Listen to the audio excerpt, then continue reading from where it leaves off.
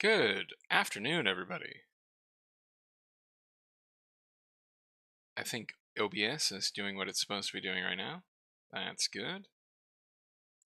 Yes, indeed. Just a little disoriented here. There we go. Change the window size. Good, good. Okie dokie. It is Saturday, the 25th of February. And we're going to be looking at the games that came out on Friday, the 24th of February, or at least most of them. We're going to be looking at a few stragglers that came in a little bit late tomorrow. We have quite a number of games to get to today, both in January, because we're also looking at the games that came out the 24th of January as a review, and in February. So for our January review, let's see how many we're actually looking at today. Get rid of our red light games so I don't do anything naughty. Here we are, 26 games to review from February, and a considerably larger number of games to review for today. Yes, for today we have solid 50 of them. So,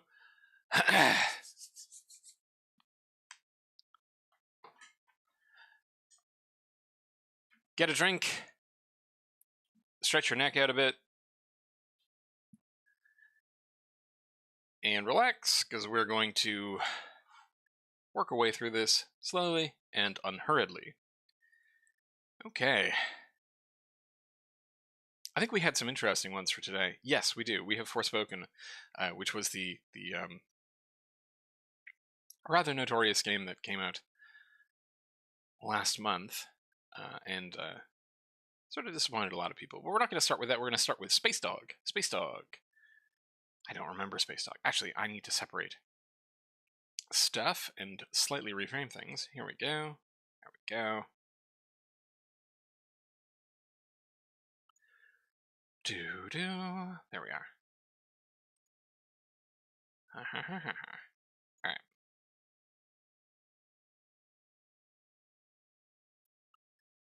There. We go. Yeah. Alright. Let's check out Space Dog. I don't remember this one.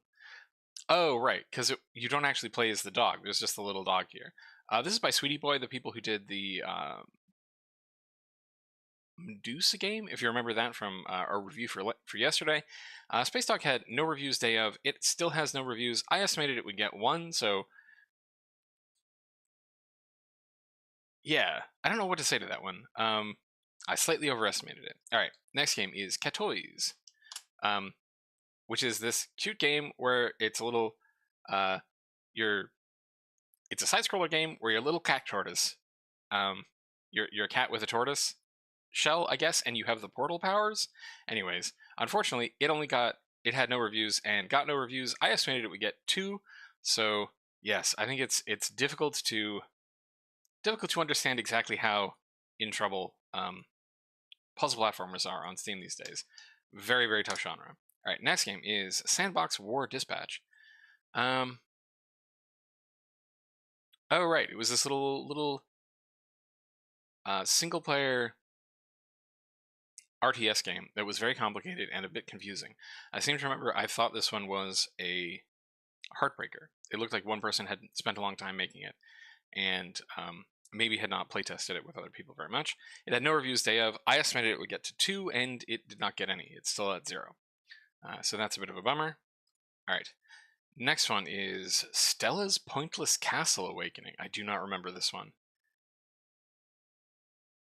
Oh, right. Okay. It's a third-person action game where we play this sort of anime girl. And that was it for the trailer. Right, yes. I don't remember it because it was very confusing.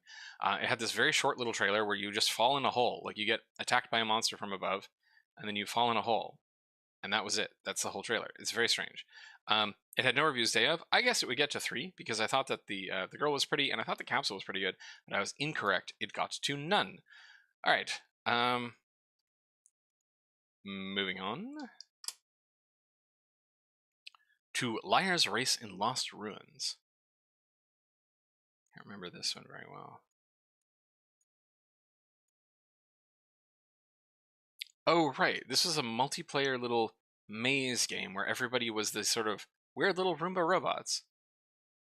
Strange idea. It had no reviews day of. I thought it would get to 1, and it has. So, points to me for accuracy. Oh, and Josuke is here. Hi, Josuke. Hope you're having a lovely day. I'm doing the review first. Okie dokie. Next game is Rival Rides. Rival Rides. Multiplayer VR party game. Oh, right. Yeah, okay. This is a sort of Fall Guys kind of VR game, I think. Or at least that was sort of what they were going for.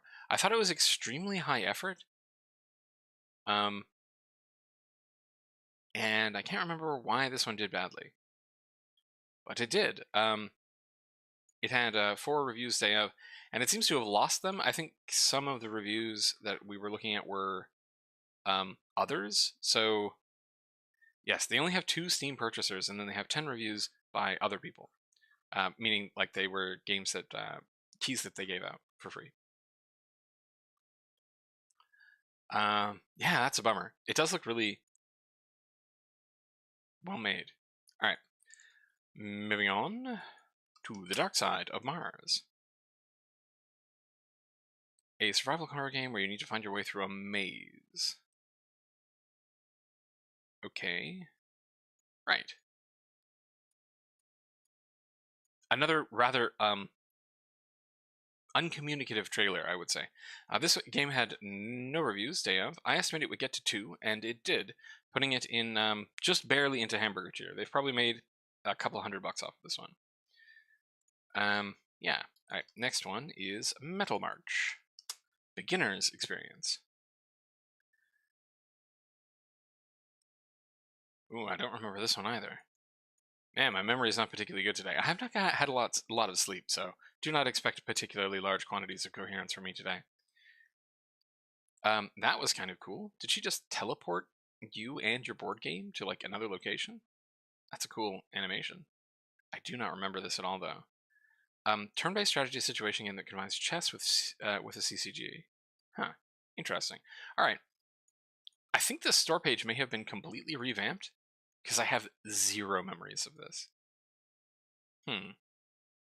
Anyway, it had 1 review day of. I guess it would get to 7 because this is free to play. I think this is sort of a prologue or something for another game. Yes, there is a real version of this game somewhere. I estimated it would get to 7 and it only got to 3, so interesting. Weird that I have no memory of that at all. Alright, Cubelander.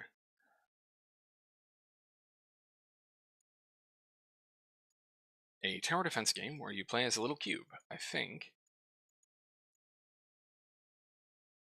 Oh, right, yes, the intro for this trailer has nothing to do with the actual gameplay, if I remember correctly. Yeah, it was just a sort of standard grid-based tower defense game, like level-based, grid-based tower defense game.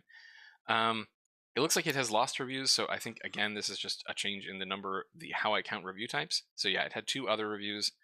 So I think it may have picked up 1 review and maybe a couple of dozen sales since, but yeah, it didn't go anywhere, unfortunately. All right, next one is Gemstones, which was a simple match 3 game with Gemstones. It had 3 reviews day of. I guessed it would get to 7, and it did not quite get there, but it got a little bit more. It got to 5.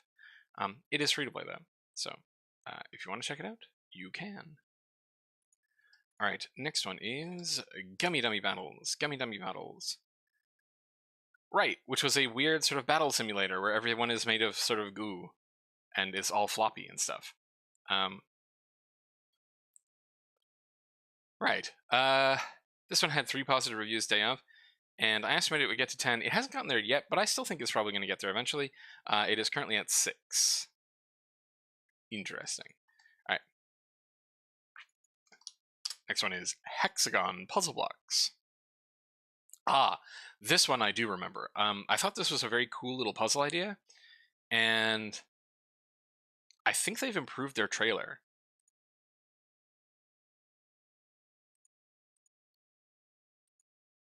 Yeah. I thought this was a pretty cool little puzzle game, and yeah, I'm glad to see that they've made a second trailer. All right, so they had 5 reviews day of. I thought they would get to 10, and they have. Good on them. It is a free-to-play game, so yeah, this one looked really cool. I thought this would be a fun little puzzle game. All right, next game is Temple of Starlight. Yes, I do remember this game, but I can't remember what the different colors do. Colored lights clear obstacles. It was a sort of hyper minimalist game where you shone lights on things to change how they interacted with each other, I think. But like now, I don't think it was ever really clear what the lights did exactly. Right? Like, okay, we threw a jar and it broke. Unclear. It was neat looking, though. I do like the visual style. It had 4 reviews. It had 4 reviews day of. I thought it would get to 17, and it got close. It got to 14, putting it in hamburger tier, but high hamburger tier. All right, next one is Endless Nesla. Okay, right. It was a little spaceman, infinite runner with a rather unusual perspective, where you're sort of like 5/8 beside the person. Not quite a side scroller, but not quite not a side scroller. Interesting. It had 1 review day of, and I wildly underestimated this one. So this one had 1 review day of. I thought it would get to 3, and it got to 17, so it did quite a bit better than I was expecting. I do think Endless Runners do a little bit better than like normal side scrollers. See, they're kind of games that like people like play while we're doing podcasts or something. So yeah, I think I have consistently underestimated how well Endless Runners do. I'm still playing Cannibalt, so you know, don't ask me about new games, or do I guess because I do this now. Anyway, next game is Catch Me.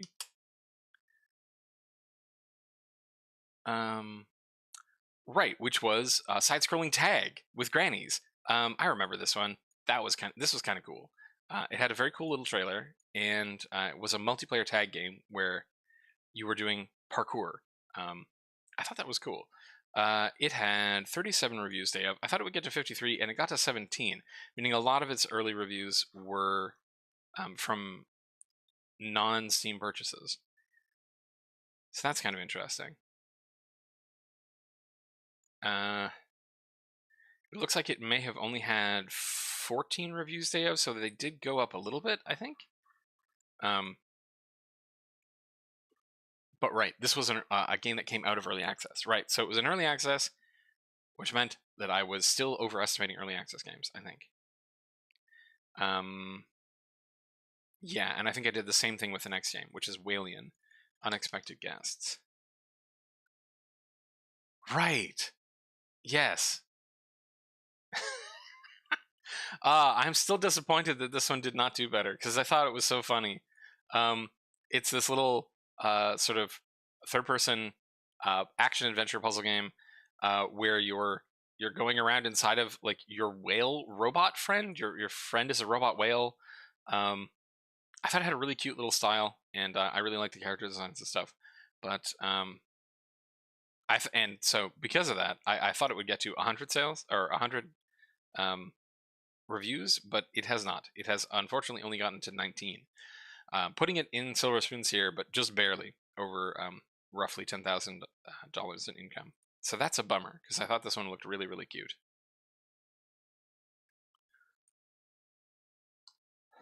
I rank this one as bummer tier because I wanted to do better. All right. Next game is Eternal Kingdom Battle Peak. I remember this name. Right. It was an MMO of some kind. I think it was an MMO port from phones, I think. It had mostly negative reviews, day of, and it still has mostly negative reviews. I guessed it would get to 67, but it is not by about half. It's only at 36. I wonder what the mostly negative reviews are still. Trailer looks great, gameplay no. Smartphone original ones, yeah. Most people complaining about the fact that it is a smartphone game. Okay. Our next game is Dodge It Online. Oh, right. Yes, I do remember this one. This one was very strange, and it looks like they removed their trailer. That's very interesting. Morning, Para. Or mid-afternoon, Para.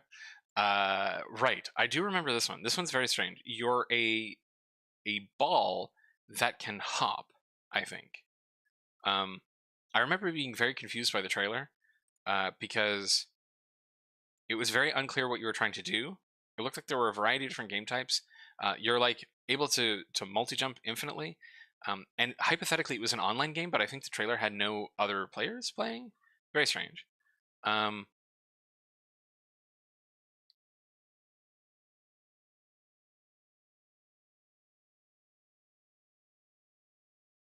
Bit strange. Yeah. All right. It had 4 reviews day of. It's done considerably better than I expected. It is a free-to-play game, so where you can buy $4 hats. Interesting choice. Anyway, I assumed we'd get 4, and it's gone all the way to almost 40, so I underestimated this one by a lot, by 90%. So, good job, Dodge It Online, I guess. All right, next game is Venture Valley. Be your own boss. Oh, right, this is about being a venture capitalist, I think. Yes, and it was a mobile port. It had 41 reviews day of. I estimated it would get to 53, but instead it did not get any additional ones. I think this one was coming out of early access. Nope. Curious. Hold on.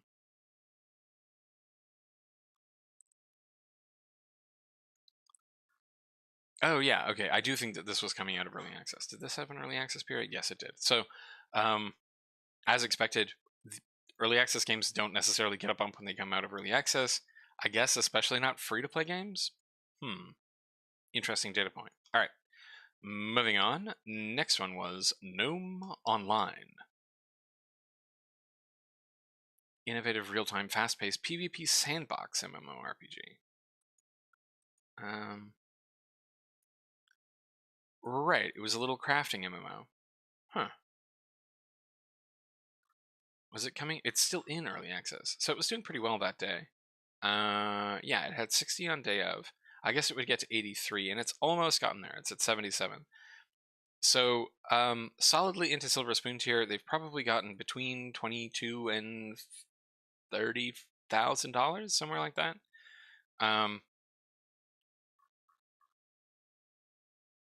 Interesting. I hope they keep working on it. Cool. All right. Next game is Galahad 3093. Tactical hero shooter. Oh, right. Yes. Okay. This was the mech game, where all the mechs are named after Arthurian knights. Interesting. It had mixed reviews day of at 135, and it still has mixed reviews, and only a little bit more. Let's see. Was this also coming out of early access? Yes. Yep. So I was still wildly overestimating how well early access games would do. I estimated that it would get to 333 total reviews, and it has not. Instead, it only added another, how many? 12? So yes, it only went up 8% in terms of sales, or in terms of downloads, because it is a free-to-play game. Neat. All right, moving on. This is the one that I like underestimated and the game that improved the most. I'm very interested to look at this one because the second it went into the spreadsheet, I was like, wow, okay, I definitely got that one wrong. All right. Huh. All right, I do remember this one. This is a like action stealth puzzle game where you're this little spy and you're trying to avoid the lasers. I'm kind of amazed by this. A lot of people are really liking it. Oh, right, and it was French. Huh. I'm genuinely surprised by this. Like, I mean, delighted because it looks like it's very cute. But it had 7 reviews day of. I guess it would get to 33, so I thought it would do okay. But it has gotten all the way up to 174, all of which are positive. Game is really fun to play. Yeah. All right. I'm very surprised. So it looks like this game got a lot of good organic buzz. Yeah. Very cool. Excellent job to Tambuli and Gero Zushini. A very famous French streamer made a video on it. Very cool. Okay, that's cool. Good to know. I guess that does show that like getting a good streamer to look at your game is really good for your game. Don't underestimate streamers. Impressive. Okay.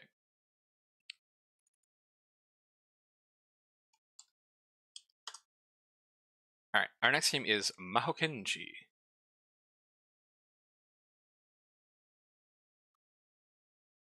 A mighty samurai mage. I don't really remember this one. It is a hex-based, turn-based strategy tactics game with cards. Okay, a lot going on there. This was not a 1.0 release. This was...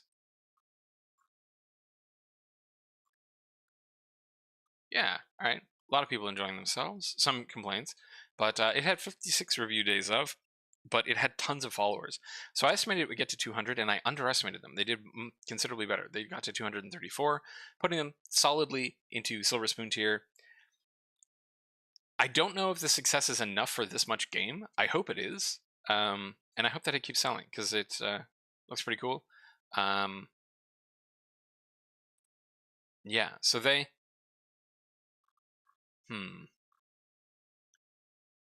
So I added a column. You may have noticed if you're looking very closely at my tiny scrunched down spreadsheet here. But I added a column here that is called percentage increase, because I wanted to see the correlation between percentage increase and like initial number of sales. And I think there's pretty clearly a correlation, but it's not like a hard correlation, right?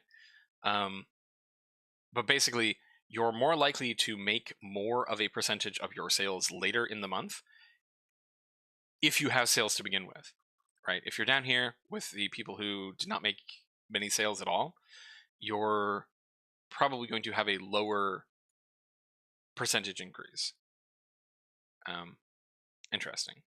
I don't know if that's actually real, or we'll have to see that as I continue to accumulate that data. But all right. Only 3 more to go. These are relatively big games for that day. Next one is Neptunia, Sister versus Sister. Right. Which was a little third-person action RPG with cute anime girls. Right. All right. This game had 75 reviews day of, and a medium number of followers. I guess it would get to 333, and it got close. It got to 302, so it was doing pretty good. Low rocket ship tier, so you know, definitely doing well for themselves on this one.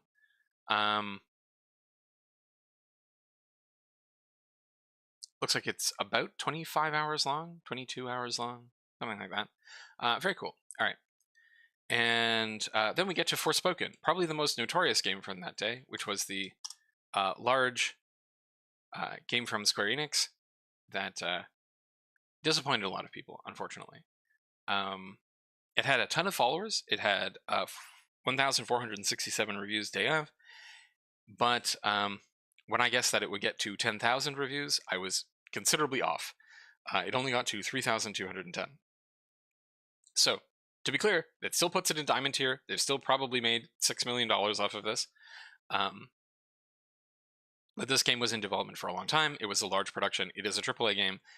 Those are disappointing numbers given that the scale that this game was operating at. Yeah. So that has to be very frustrating for that team.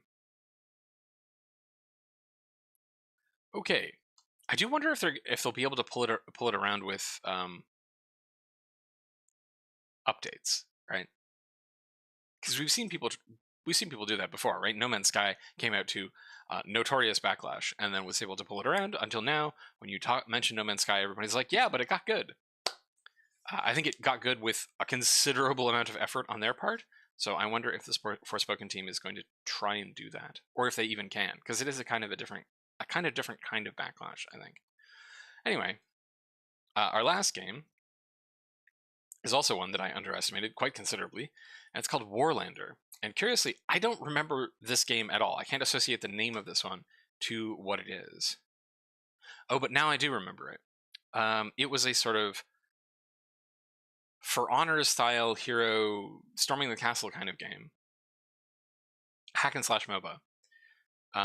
But with magic. It was free to play. Yeah. Huh. Anyways, it had a bunch of followers and did pretty well first day of for a game like this that has a pretty big publisher. This is PlayIon, so they're pretty big. At 926 day of, I guess it would get to 2,333, and they more than doubled that. They got to 5,575, so they're doing just fine on this one. I do wonder if they are making money through internal monetization. I assume they are. But yeah, good on them. Still mixed reviews. They have a lot of negative reviews, but they have slightly more positive reviews than that. So, interesting. Some surprises today, but mostly from overestimation. Yeah, neat. Let's check the distribution. Did I put the distribution in? No, I did not. Let's put the distribution in.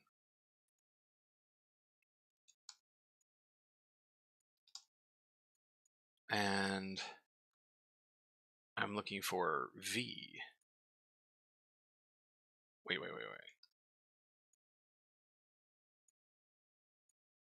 Did I not? Oh, I didn't do it. Oh, right, no. This is the one from here.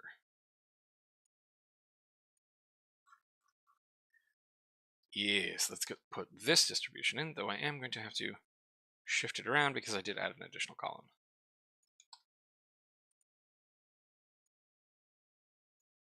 So, 29. Spreadsheet action! Always the best of fun.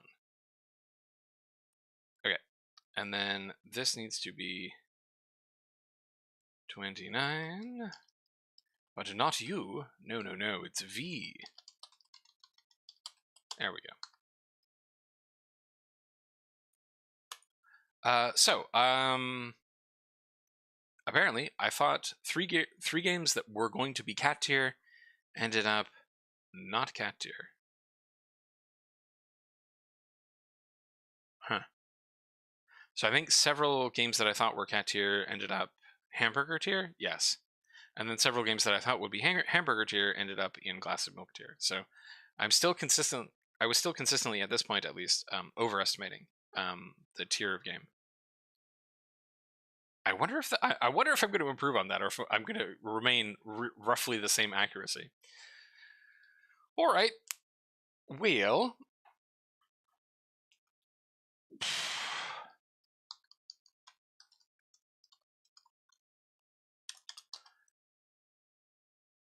that's it for our review period for today. Took a while, but there were some interesting ones, and strangely, I didn't remember a lot of games from today. I remember pretty much every game from yesterday, just from their name, but games from today, not so much. I suppose it's probably the mental space that I'm in while I'm doing the recording. All right. Well, let's move along to our next games, or our today games, because we have quite a few of those. There we go. And we might as well get going, because otherwise I'm not going to be able to go for a walk this afternoon, because it'll be dark already. We don't want that. Okay.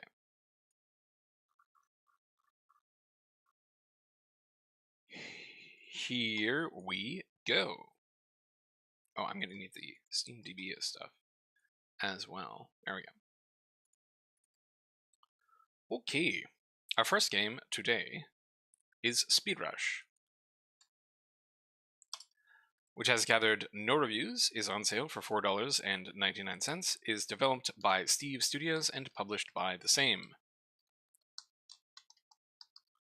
We're starting this on about then. Alright. Speedrush is an endlessly challenging platformer which can be played alone or with other users. It is the perfect game to use to chill out with friends, to challenge yourself, or to practice your platforming skills. Well, it looks like unfortunately, to be a semi-randomized puzzle platformer. A very, very simple character and no context. So, yes. Let's check their charts. 2 followers. And their store page went up on the 4th of February.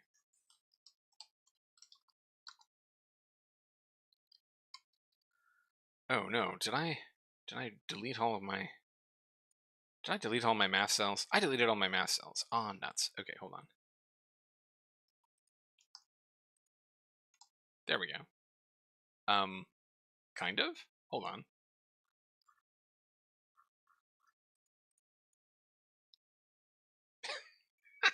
Sorry about this, everyone. I don't know why this is messed up today. I am, as I mentioned, a little tired. Nope, that's not correct at all. I-58. Oh, yes, okay, that is incorrect. Alright, this actually needs to be I-62. There we go.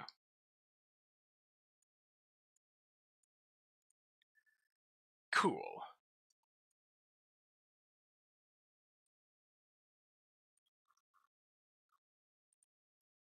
Alright.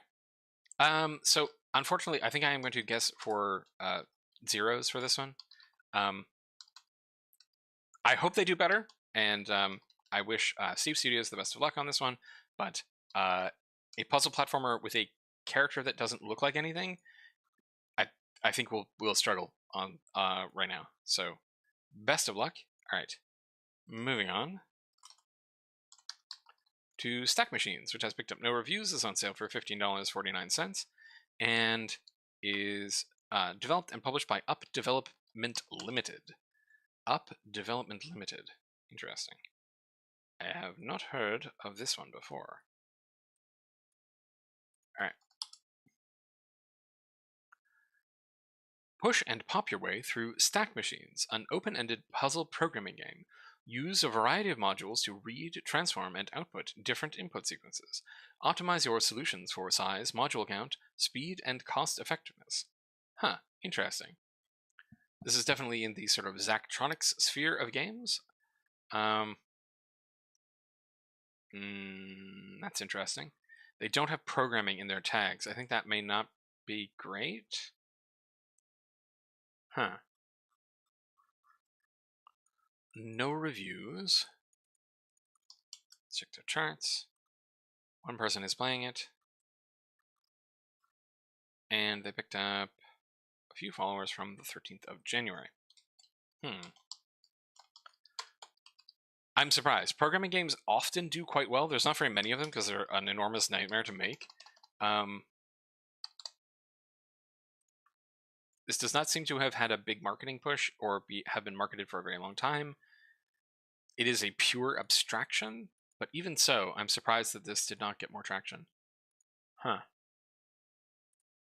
Okay, my low estimate I think is going to be 0, but my high estimate is going to be 10, I think, because it is a programming game. I will be interested to see if, for one, if I'm still doing this in a month and I come back, but I will be interested to see what happens with this one, because I am surprised that it did not get more traction.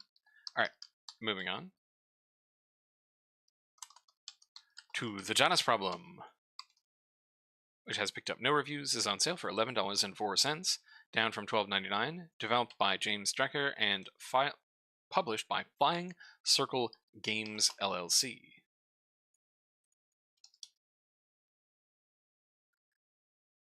A first-person 3D puzzle game where the player can reverse time. Interesting.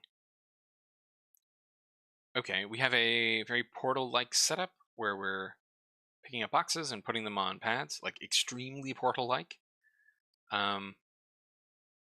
Okay. Alright, so you're just showing me existing Portal mechanics. What about the time travel stuff? Are you not going to show the time travel? I mean, that was clearly what we were seeing here, but it's unclear what it does. Very odd choice to not show the central mechanic.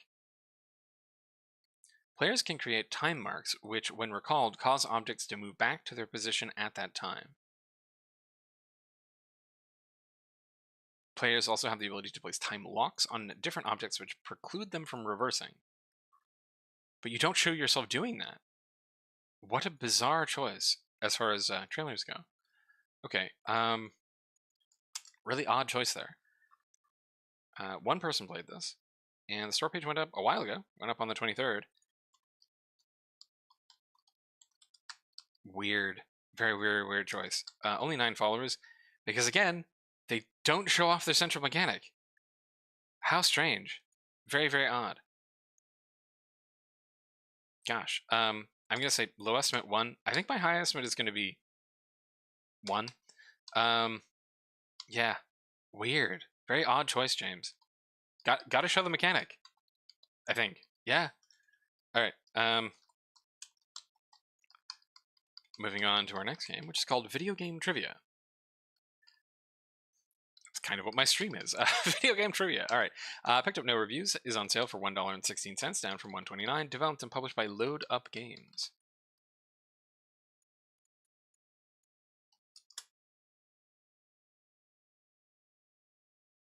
I'm working on a similar game. I might wishlist that one, as confusing as it is. The Janus Problem one.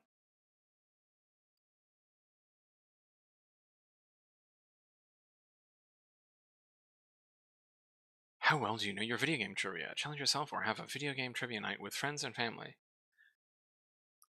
Please tell me that on your store page, you show them a central mechanic.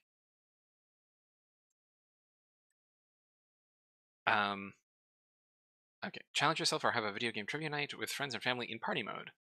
Okay. So this is just a little trivia game show game about video games. I think this is cute. All right.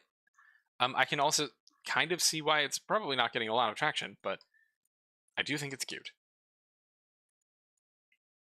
Right, this is attractively set up. I don't have a store page yet, but of course I will. Yes, definitely. You got to show your central mechanic. If you have a hook and you hide it, no one's gonna know you have a hook. All right, this game picked up a few followers, 2 followers, and went up on the 11th of February. I'm guessing this is a port, but maybe not. I don't know. It has Hearts' health, so bonus points for that. Weird. Huh. Unfortunately, I am going to have to give it like my standard low followers, no reviews numbers of 0 and 1. All right, moving on to Somerholm, which has no reviews, has on sale for $5.19, down from $6.49, developed and published by Rising Sun Interactive. Create, explore, and take pictures of randomly generated islands with your dog right beside you. All right, that sounds kind of delightful.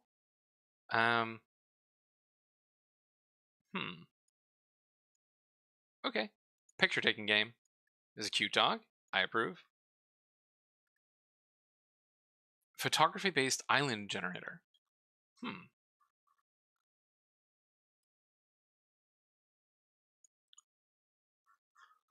Okay. Let's check the charts. And August 20th. So someone spent a while making this game. And I may be presumptuous to say so, but I have a feeling that the person who made this game just wanted to make this game. Did not necessarily want to make this game and sell it for tons of money. If so, fantastic job. Very interesting idea.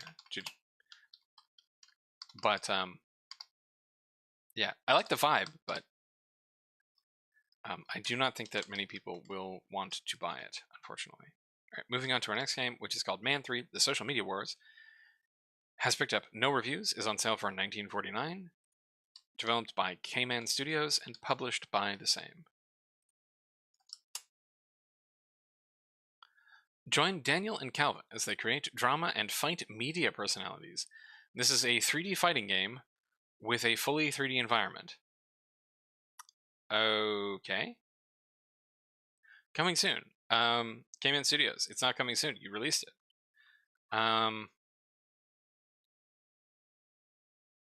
Okay. Can't tell if this game is intentionally a shitpost or not. I think it probably is, because it's got like a stick man, right? I think it's a joke. I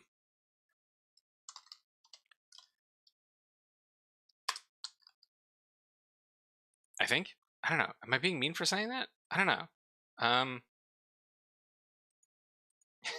It's probably is. It probably is, right? All right. They got 6 followers. I'm gonna say low estimate 0. I think my high estimate for this one is also 0. Good luck, I guess. K-Man Studios. All right. Our next game is Ultra Blade, which has picked up no reviews and is on sale for $3.89. Developed and published by Kyle Barrett. Okay, we have a horde survival game. Defend mankind's last city from the endless hordes of darkness. Ultra Blade is a horde survival RPG with roguelite progression elements. Build new heroes to take on new challenges while cutting through thousands of foes at once. New heroes unlock new powers, making runs more dynamic the more you play. Okay.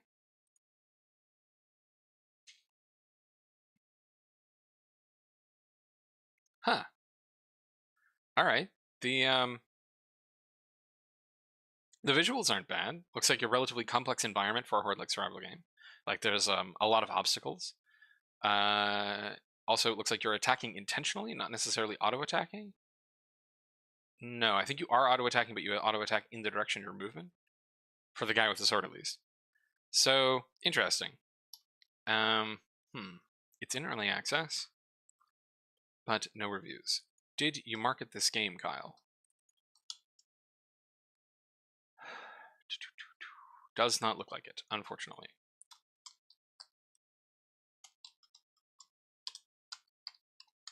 And picked up 22 followers. So, 23 followers. All right. So this one is a bummer because this is a very competent, nicely made horde survival game. Impressively made by one person. Kyle, you did an excellent job, but unfortunately, they gave themselves only 12 days to market, and even though they were getting like 20 wish lists a day, they only waited until they had 230 before launch. Now, because they do have velocity, it is possible that they pull out of this one, but the number of followers they have gives them a probability of getting over the 10 reviewed minimum for today, almost none.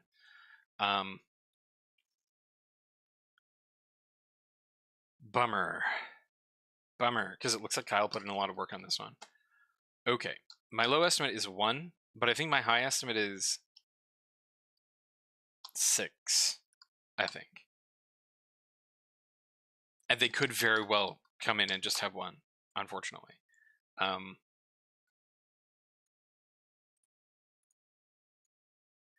Yeah, this is a bummer. Because this does look really good. It's just the marketing wasn't there. Heartbreaker. Best of luck, Kyle. Moving on to Golf 5 eClub. Yep, that's the name. Golf 5 eClub. No reviews on this one, and it is for sale for $38.99, developed by AAA Studios and published by the same.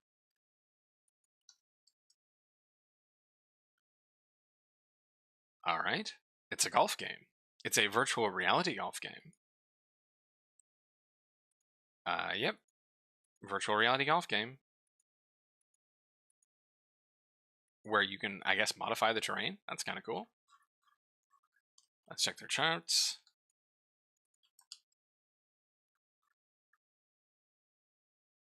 And went up December 19th.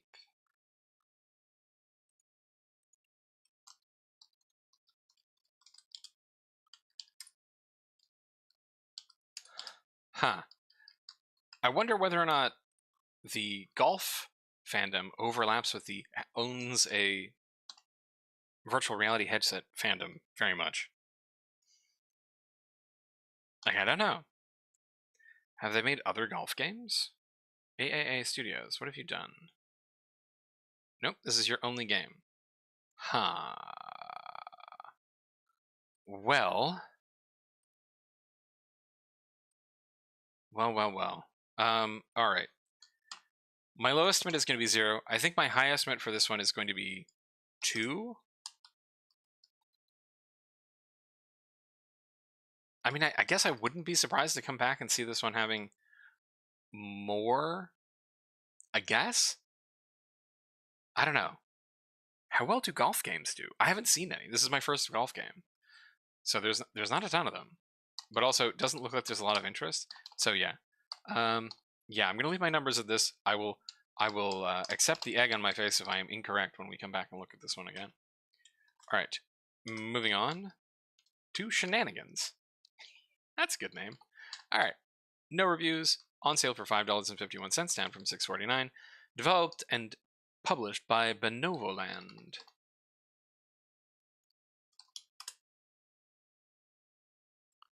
Shenanigans is a chaotic party game for you and your friends, where anyone and anything can change the course of the game at will. Don't let pesky rules stop you from winning, just change them in your favor. Okay, so we have a rule modification board game with cards and stuff.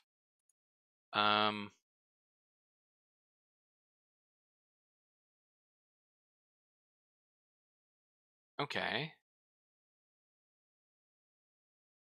Yeah, that's what you're doing. You're changing the rules of the games that you play. Interesting. Huh. Okay. No user reviews. It's in early access. I do think it's a cool idea. I'm worried that this team has worked on this for a very long time, though.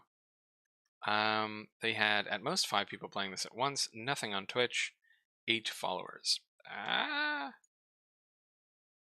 And went up 9th of September. So they've worked on this for at least a little while, and gathered almost no interest of any kind. Unfortunate.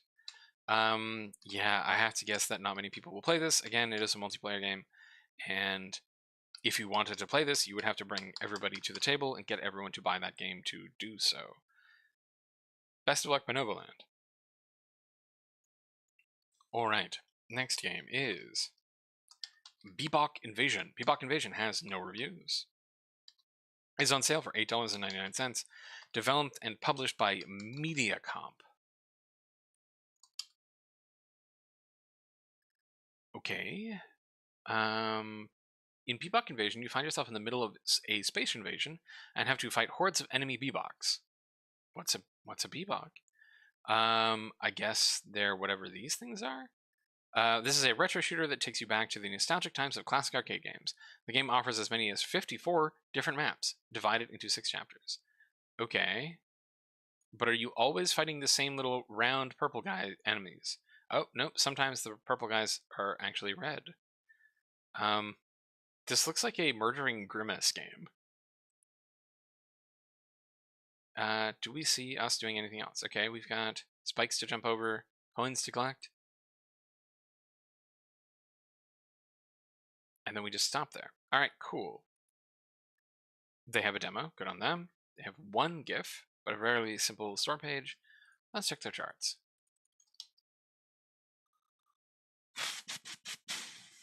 They had 1 player, and the game went up on November 10th.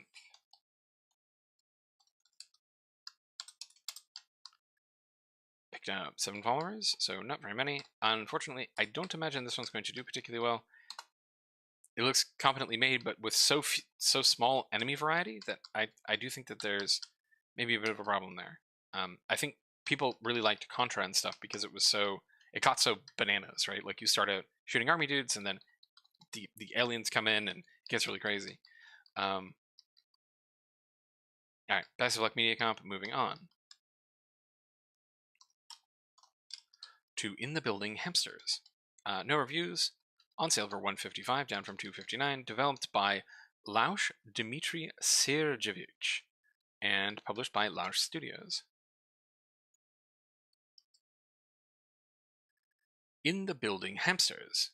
Oh, hello. It is a hidden object game where you are clicking on hamsters. All right. Sure. Hidden object game with cute little hamsters. Neat. Laush Dmitry, do you have a history of these games? You do. Right, you're the person who made Search All Worms, which was the worm hidden object game that came out last month. All right. Huh. Let's check your charts.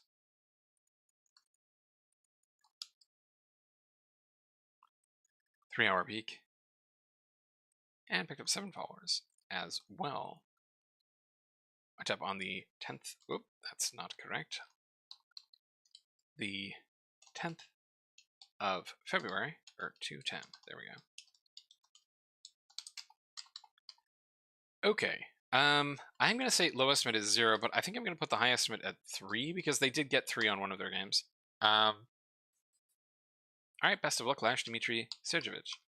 Moving on to our next game, which is called PigShip and the Giant Wolf. To be clear, PigShip and the Giant Wolf. No reviews. On sale for $6.74, down from $8.99. Developed and published by Pixel Bones Studios.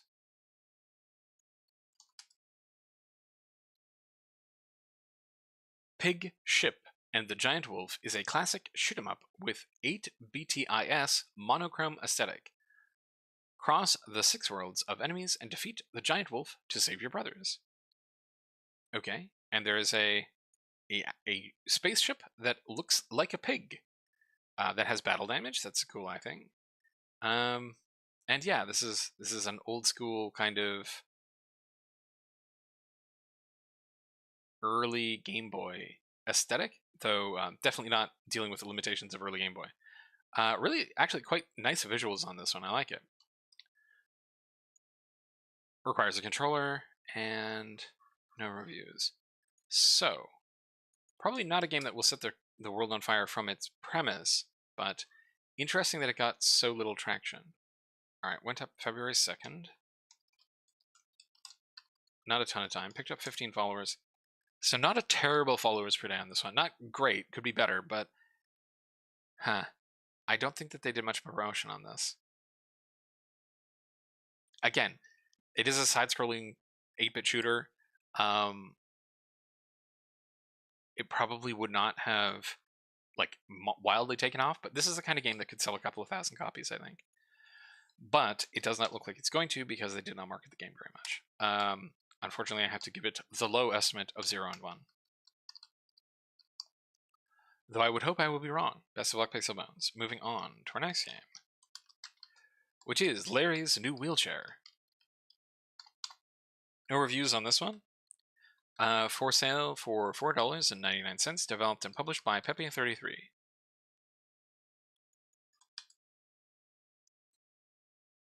Larry decided to buy a new wheelchair online, and with it he will be settling some scores.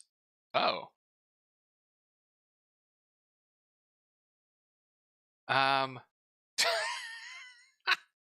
Alright, so you're a guy in a wheelchair that has like heavy artillery on it, and you're moving around various low poly environments, doing murders.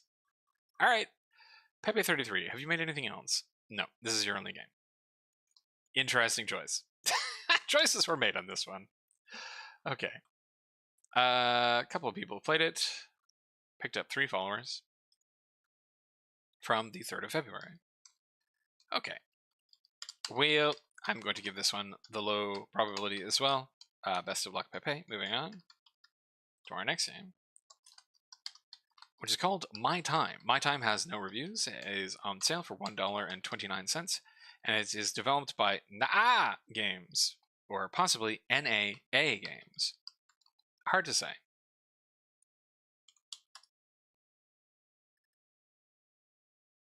Better tomato clock, more free room layout. Okay, what am I looking at? All right, we have a pensive-looking young lady in a room. We can, I think, design the room for her. Task countdown. Okay, but this is also maybe a task log, like a Pomodoro timer. And then she goes and works at the computer. Maybe this is supposed to be sort of like a co-studying thing? I don't think this is really necessarily a game?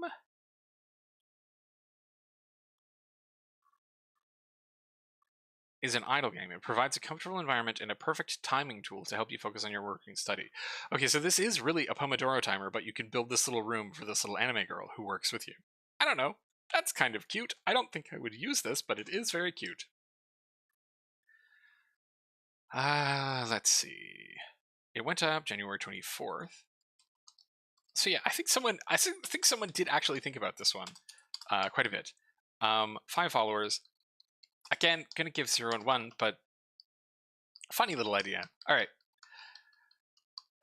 Moving on to VIReRacers. VIReRacers?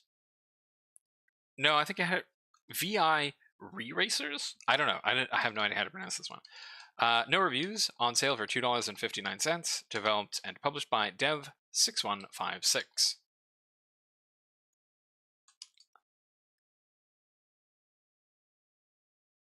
The weird capitalization is not in the capsule image, leaving me even more confused.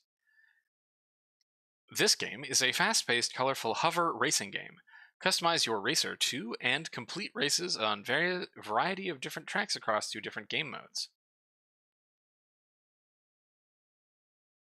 All right. Looks like they have 2 little racer models. You're racing through sort of fairly generic environment towards pillars of light. And that seems to be about it. It doesn't actually look like there are other racers in the game. It's just you sort of doing time attack missions, I think. 2 followers. Game went up January 17th.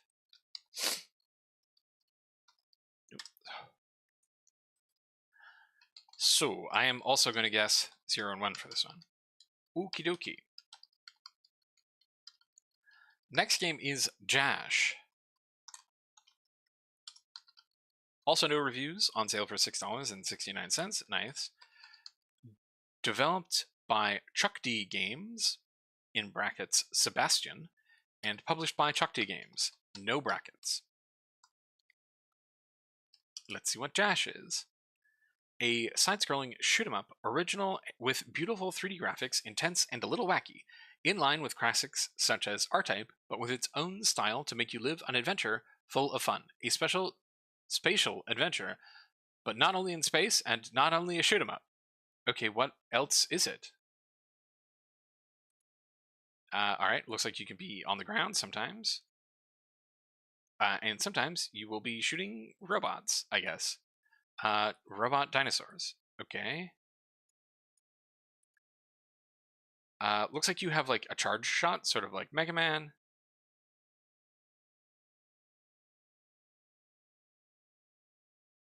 Huh. Interesting that your shots seem to like go through most enemies. Huh. Okay. Will. Yep, that seems to be about what it is. All right, moving on to charts. We have a couple of people playing this. No more than 1 person at a time, but I think that's probably more than 1 person playing it. And wow, this has been in development for some time. December 15th, 2021. picked up how many followers? 38. Okay, I think I'm going to say because they have 38 followers, and followers do tend to convert fairly consistently, my low estimate for this one is going to be 1, but I think my high estimate is also going to be 2, I think. Yeah. Best of luck, Sebastian. Moving on to our next game, which is called Damoria. It has no reviews, is free to play, and is developed and published by Bit Me Up. Not Bite Me Up, that would be a different kind of game. Create your own empire in the browser game Damoria. Okay, so this is a browser game now? Is it a browser game? Okay, looks like a browser game. Was this originally a browser game, though? Huh. Damoria.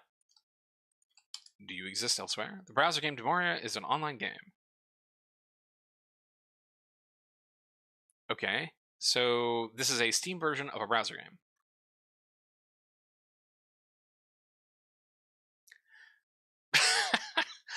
And they are sharing their SEO space with a ship. and a system from Star Wars. Okay, interesting. All right. So it is some kind of, yeah, it's a browser-based strategy game. Interesting. Looks very complicated. Damoria is a mystical browser game fit for a king. Build your castle with all the trimmings, construction, office, military training grounds, and quarry. Okay, so yes. All right, this is a medieval tactical browser game. 13 people are playing it, so there's some people looking at it, and it went up on the 7th of February. I'm guessing that this game has probably existed for a really long time. That would be my guess. Based on the design of the webpage, right? I'm guessing like early 2000s? Damoria game.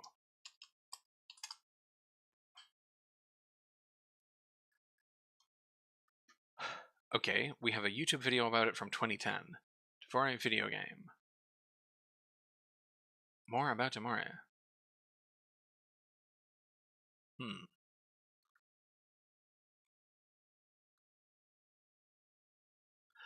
All right. Well, let's see. They got up to 9 followers on Steam. Really hard to say on this one. I don't know if they're going to get anyone to convert from just being in the web browser to being on Steam. Like, I find it hard to imagine a situation where if I were someone who was playing this game or wanted to play this game, that it would be easier for me to open it on Steam than to open it in my browser. So, yeah, I think I'm going to give this the low estimate, even though the total number of people playing this is probably pretty high. Because if they're still around 13 years after they came out, they're probably doing okay. Okay, so our next game is called The Survivors, which has no reviews, is on sale for $16.19, down from $17.99, developed and published by Gygames.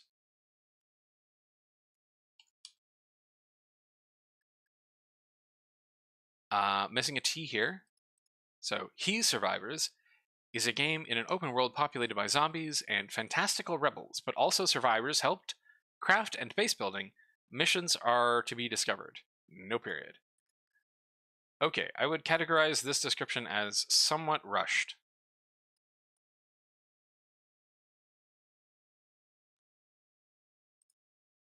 Alright. So, yeah, it does look like we have base building. We have little low poly dudes in a low poly world. Alright.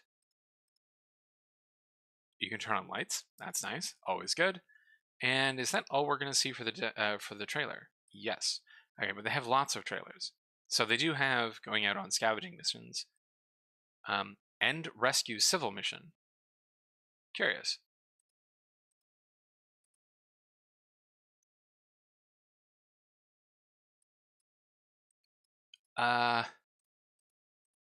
Okay, cool. Let's check the rest of their page. It is an early access game. They have some good picks in their store page description. I would consider this store page description not too bad. Your transport plane has crashed. You must survive the crash in a world populated by zombies and fanatics. No period. It's a survival game style. Cool. Okay, I would guess that these people are probably translating the game from another language. All right, 16 followers. Oops, that's not correct. Here we go. And went up the 4th of January. Huh. Wheel. I do think I'm probably going to give them 0 and 1 as well, though I will wish them luck because it looks like they've put a lot of work into this one. Okay, next game is called Hazard Horizon. No reviews, free to play, developed by Mike. Ooh, I'm too tired for this one, unfortunately. Mr. Anton, Mykaitas. Yep, I think that's probably how I pronounce it. Mykaitas Anton. Mykaitas Anton. All right.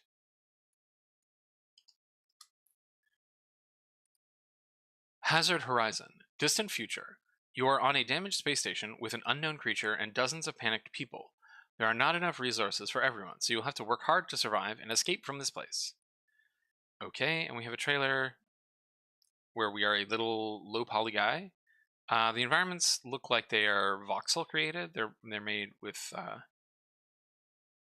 voxels. We have a spooky monster that did not seem hostile. And now you're lighting a person on fire and also lighting yourself on fire. Or maybe they're lighting you on fire. Unclear. Okay, there are teleport pads. And little forklifts. And now the monster is attacking the corner of the room, or was that a person? Hard to say. Okay. And now there's a black hole, and then an explosion, I guess. All right. Wheel. It is in early access. Classic mode, fully consistent with the description of the game. You have to survive on a space station. You'll be able to play as a human or as their enemy, so you can play as the monster. Gather resources, repair the station, enjoy communication and teamwork with other people, but do not trust everyone. So maybe this is also a social deduction game? Strangely, it has the idler tag, which seems like an odd choice.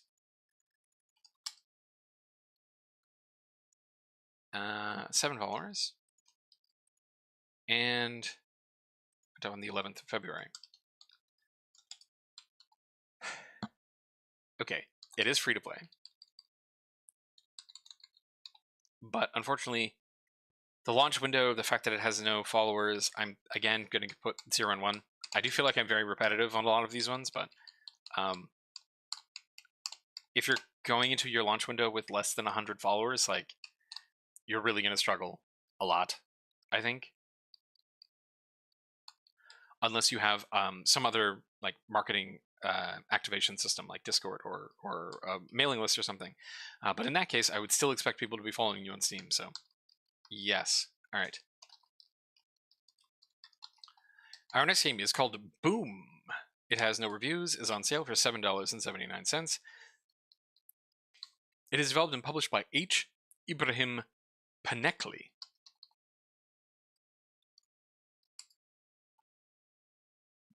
Boom is a fast-paced action game where each player face off against different monsters in each stage. Pick up different bombs and power-ups to defeat enemies and progress through challenging levels. Join the explosive fun today. So this is Bomberman. Yeah, looks like a version of Bomberman. Interesting. I remember playing and really liking some of the early versions of Bomberman. So yeah, this is low poly Bomberman. It is an early access game and no reviews. Okay, let's check their charts. This is a very old Steam ID, so I wonder if they've been in development for a very long time. No, went up February 11th as well, and got 12 followers. I think I will give it. They got 1 follower per day. Okay, well, I'm gonna go. I think my low estimate is still going to be 0, but I think my high estimate is going to be 3 on this one. Best of luck on that one. Moving on to our next game, which is Sudoku Classic. No reviews, on sale for $7.79. Developed and published by Roguelike Games. Why do people put random capitalizations in things? Maybe this could be two people's names mashed together, maybe? Maybe that would explain it. All right. It does make pronouncing them a little bit weird. Sudoku. It's like writing with a pen and paper and the ease of playing the game. Customizable Sudoku cults a game, but you can play it as if you were writing with a pen on a piece of paper. You just said that. If you can customize the asset function to your liking. Okay, I'm guessing that this is a translation, or possibly an AI-generated piece of text, because this does not make any sense. Alright, we have a Sudoku-like game. Their Sudoku mechanics seem pretty good. Looks like you can highlight the different, like the lines and areas of Sudoku fairly easily, making it relatively easier to see. Their design is basically like, yeah, as though you have little cards and pieces of paper. Kind of cool. I think if you like Sudoku, this does not look like a bad version of that. Roguelike, have you done anything else? No, this is your first game. All right, well, good luck. Let's see what your charts say. 11 followers from the 8th of February. So, middling followers per day, only... Okay, I'm going to guess, again, 0 and 1 for this one. Though, genuinely, if you like Sudoku, this does not look like a bad one. Alright, moving on to our next game, which is called Twerk It Girl. Now, this is one that did not get flagged by my red light detector, and it is not, to be clear, but I did check this one because the name is suspicious. It picked up no reviews, is on sale for $2.99, down from $4.99, and this is made by our friends Atomic Fabric and Kristen Menelaki. So I thought, wait, hold on, are they doing a red light game? But they are not. Instead, they are doing just the weirdest thing I've seen. So these two have decided that this is the game. And if you are unaware of what is happening here, you have to walk out into this field where there are butts the same color as your character, and as you walk over the butts that are on the ground, your own butt gets bigger, and then you have to push a thing which makes your butt get smaller, and you have to go and pick up more butts. Absolutely bananas. I don't know what these two were on today. That's the game. It's a multiplayer competitive game. It appears to only have this one environment, and this is the premise. I have no explanation for you, Josuke. It is what it is. Also, to be clear, there is no twerking in this.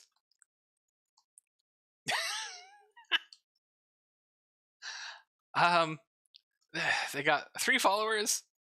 They came up with this one about a month ago, apparently, on the 2nd of February.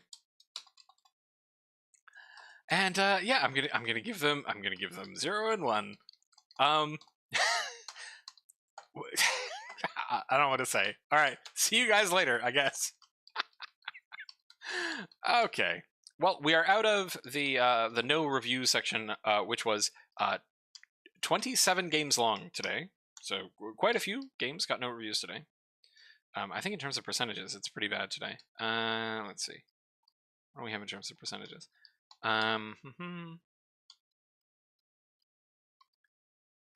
Yes. So in terms of percentages, we have 41% of games that released today got no reviews. So not great, but not the worst we've seen. Especially not for a Friday. On Fridays, usually the percentage is climbing up to about 50%. So, all right. Just taking a bit of a stretch. All right.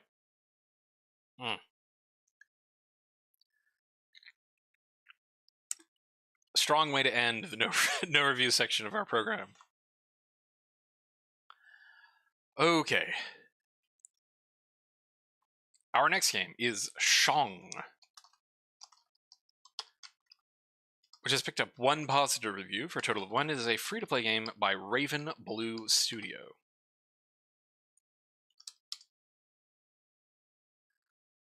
With less pieces and a smaller board size, Shong is the smallest brain board game you'll never play.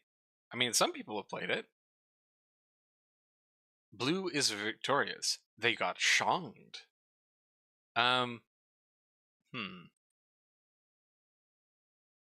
Okay.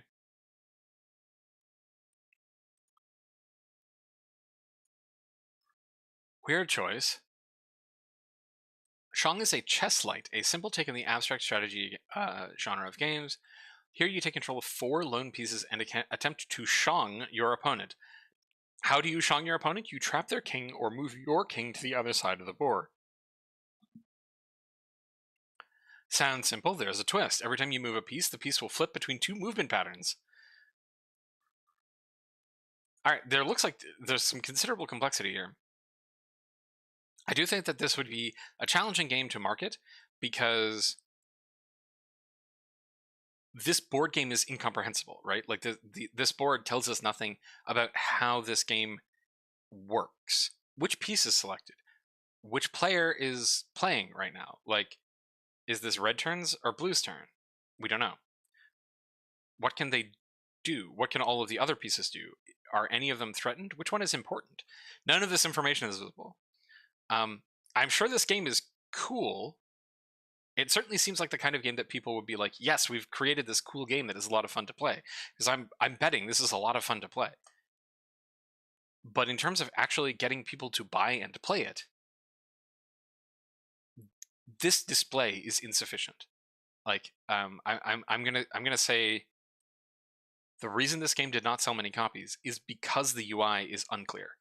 I'm sure it makes perfect sense to the people who have played it and like the developers, but from an outsider's perspective, looking at a screenshot, I cannot tell what's going on. Yeah. Crow's here. Crow's the first person to review the game. What, you don't have like 10 hours in the game? Well, there's... okay, don't know what Crow's on about. He's just talking again. Alright, let's check their charts.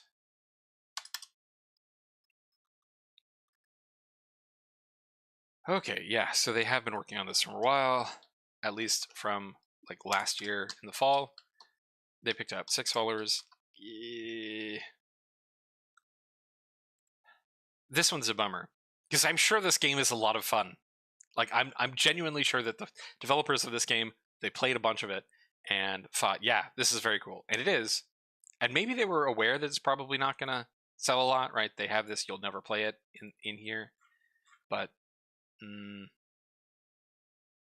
I categorize this solidly as bummer tier. It is free to play, so if anyone wants to try it and check it out, please do. But okay, my low estimation is 1. I think my high estimation is 4. Best of luck, Raven Blue Studios. Please get people who have never played the game to look at your game and ask them what they think is happening, because that is an important criteria for making a game to sell to other people. All right. Moving on to our next game, which is The Nightmare Journey, which has 1 negative review for a total of 1. It is for sale for $7.01, down from $7.79. Developed by Luis Philip de Silva Marian and Nil Roca, and published by Mushroom Angels Game.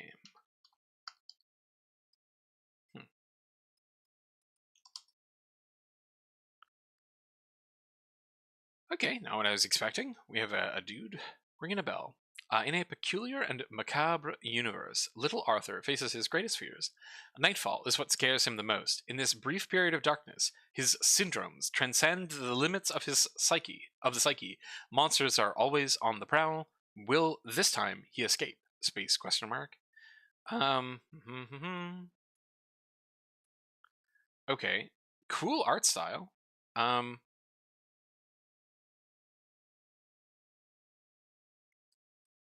Looks like we have a combination of side-scrolling combat and puzzles? And getting stabbed to death? Really cool art style, very striking. But let's see what the negative review is. A complaint about resolution, really. The sound is very bad. Some puzzles are very weird. Fighting the boss is boring. It takes a long time. Developer response. Thanks for playing the game. The game was made by only one programmer. I will use all of your criticism to improve. Nice. All right, solo developer, or not solo developer in this case, a one programmer, one artist, looks like. Interesting. I do like the art style. All right, let's check the charts.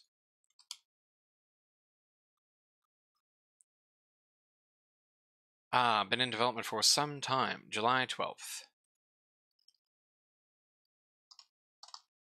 2021.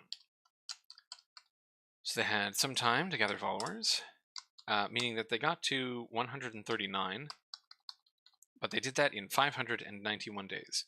So they had a big jump here and a big jump there. It looks like they were doing promotion or festivals or something, but then they stopped.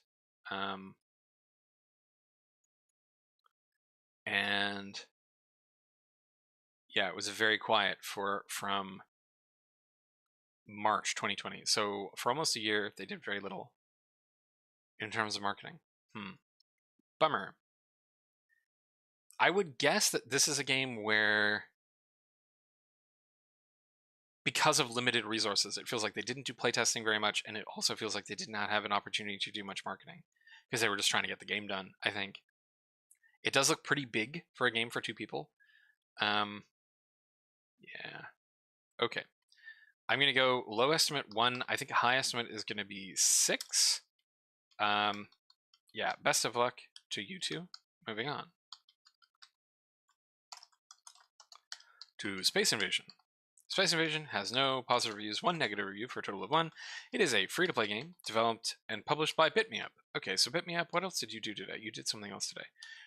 They did Damoria. Huh. Okay, so I'm guessing that this is maybe another browser game? Alright.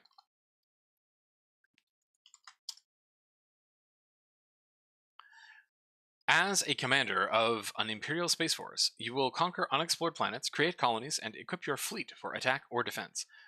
Strategic warfare is the focus of SpaceInvasion. So yes, this is definitely another browser game. So I guess they just ported both their browser games to Steam for today. Again, very, very complicated looking.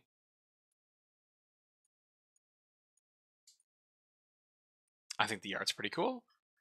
Let's see what the criticism is. It is... Come on, translate please. Browser crap.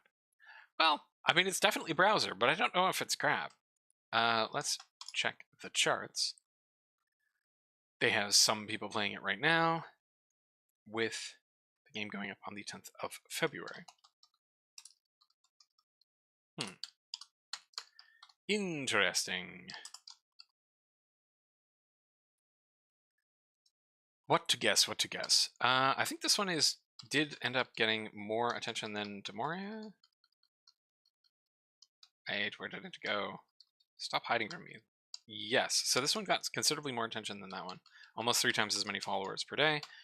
Not a large number of total followers, but I think I'm going to say probably my lifetime estimate for this one is going to be 2 on the lower side, and I think on the high estimate I'm going to say 10, but again, really unsure on this one. It is free to play, so if I came back and saw 70, you know, I'm actually going to put 70 as my high end, because I wouldn't be that surprised if I came back and saw that, right? I guess. I don't know. Browser games ported to Steam. Not something I've seen before. Okay.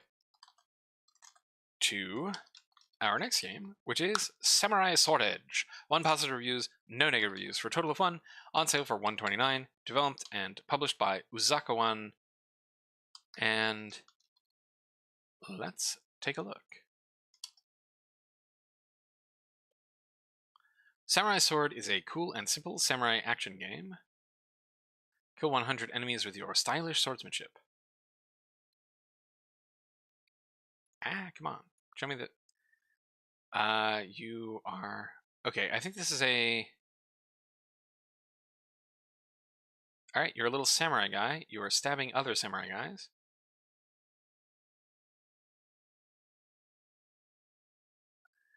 It's a little unclear what the challenge is here. I do like the visual style, though. It's kind of cool. And it looks like it's probably parry and timing focused, if I'm guessing, based on the visuals there. Interesting idea. Let's check their charts.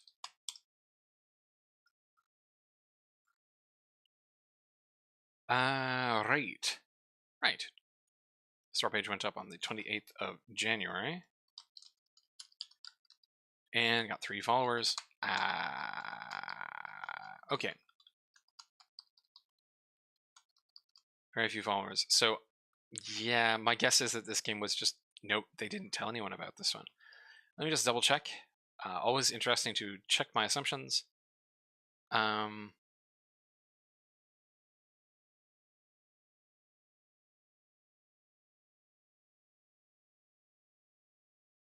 Yeah, I'm not seeing any social media. I'm not seeing a web page. Yeah, I think they just didn't tell anyone about this. I think this game was just put up on Steam and no marketing was done.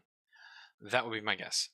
So I would definitely categorize this one in the Heartbreaker stage, Heartbreaker category.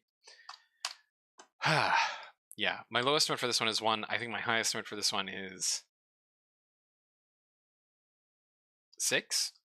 No. Yes. No. Nah.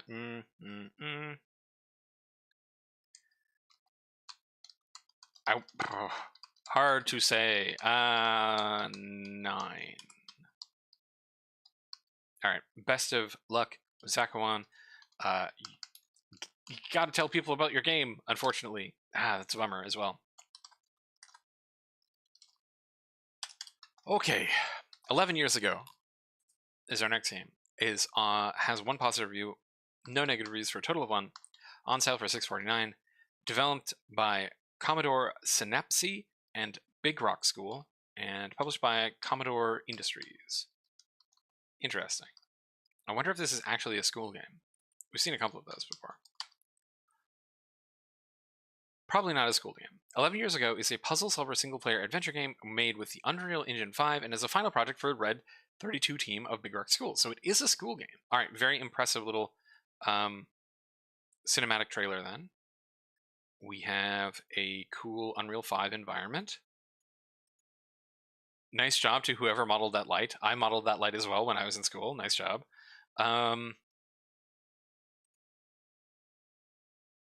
Okay, we have some puzzles. All right, looks like we have an escape room kind of puzzles. Nice animation on those hands there. I like the secondary. All right, and a cool logo. All right, overall, very cool little school game. New indie puzzle drama game with a good story, great graphics, and nicely thought out puzzle. Huh. Too bad it's so short. Only about an hour long. Well, I mean, it is made by a team from school, so they didn't have a great deal of time or money to do this. I'm very impressed. Excellent job to the people who worked on this one. All right, February 11th. 25 followers.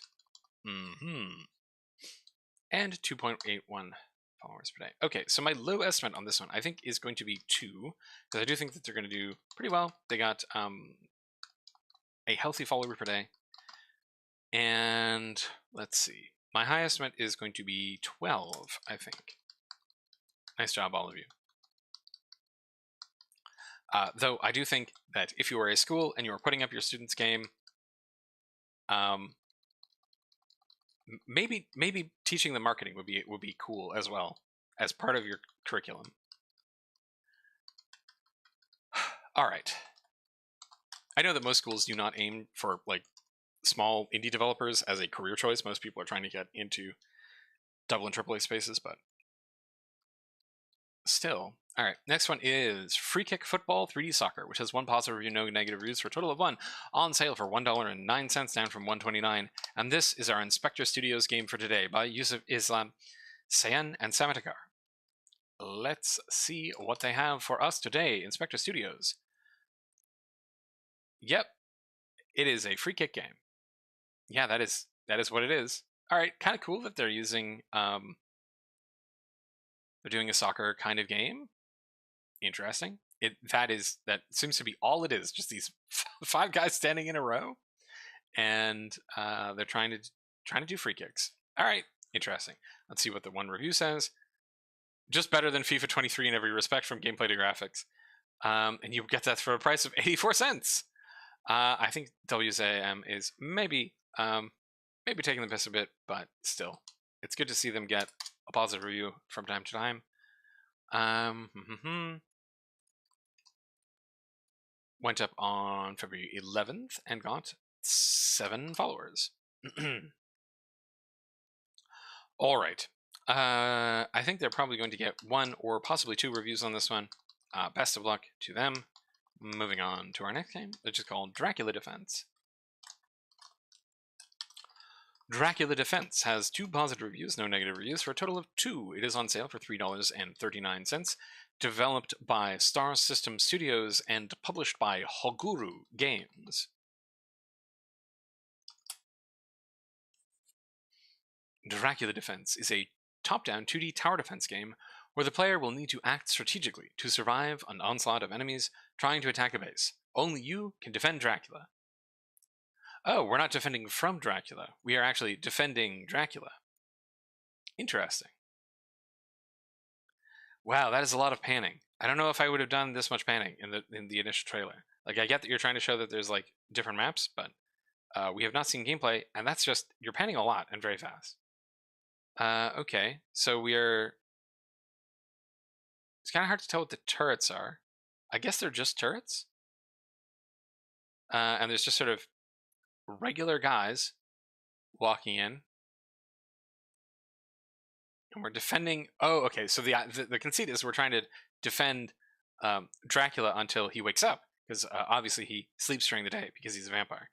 I would say that the vampire theming on this is very, very slight. Like, the fact that you are defending Dracula is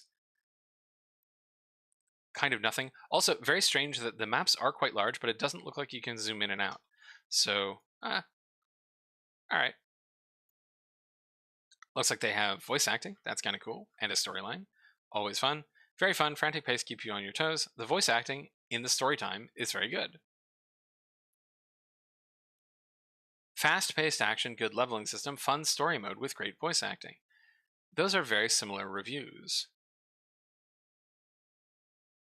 Huh. Okie dokie. We have a bit of play on Twitch. 10 followers. Which means having 2 reviews already is quite surprising. And the store page went up on October 21st. There we go. So I think I'm going to guess low estimate is 2. I think my high estimate is going to be 3 on this one. Yeah. All right, moving on.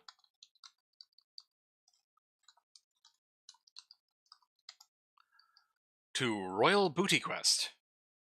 1 positive, 1 negative, for a total of 2. On sale for $22.79. Developed and published by Badim. Let's see if we have anything weird in here. No.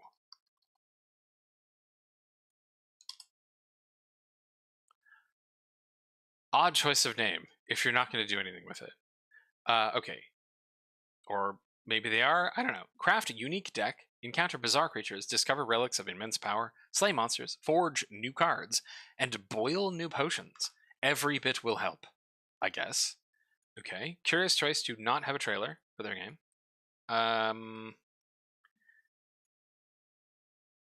Okay. Looks like we are working our way across a map, so this is kind of a card battler, I think. Looks like it.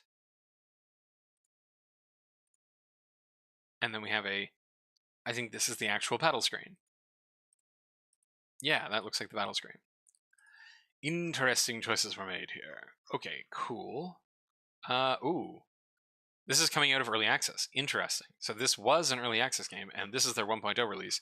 And many of the early... Okay, looks like all of the early access reviews are negative. Wow. Wow. Yeah, not one positive review on this one. So they had 94. It looks like they had almost 100 reviews. Gosh. Okay, let's say negative. Let's get the negative, and let's get other.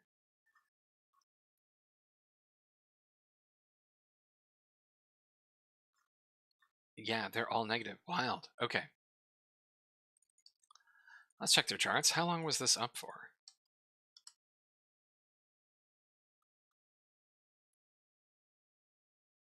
3 years.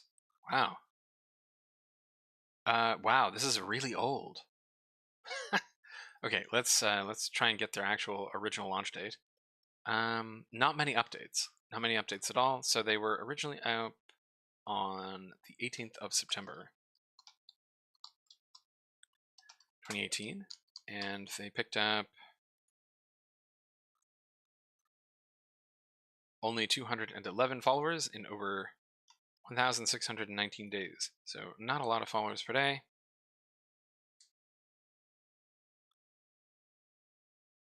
Huh. Okay, because they've all...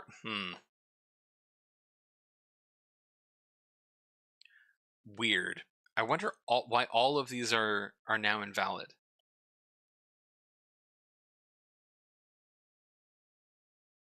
See, now now I'm doubting my acquisition numbers.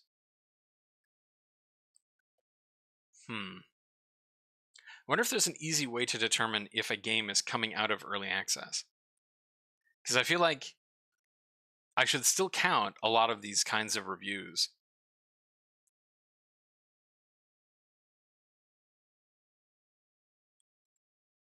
I don't know.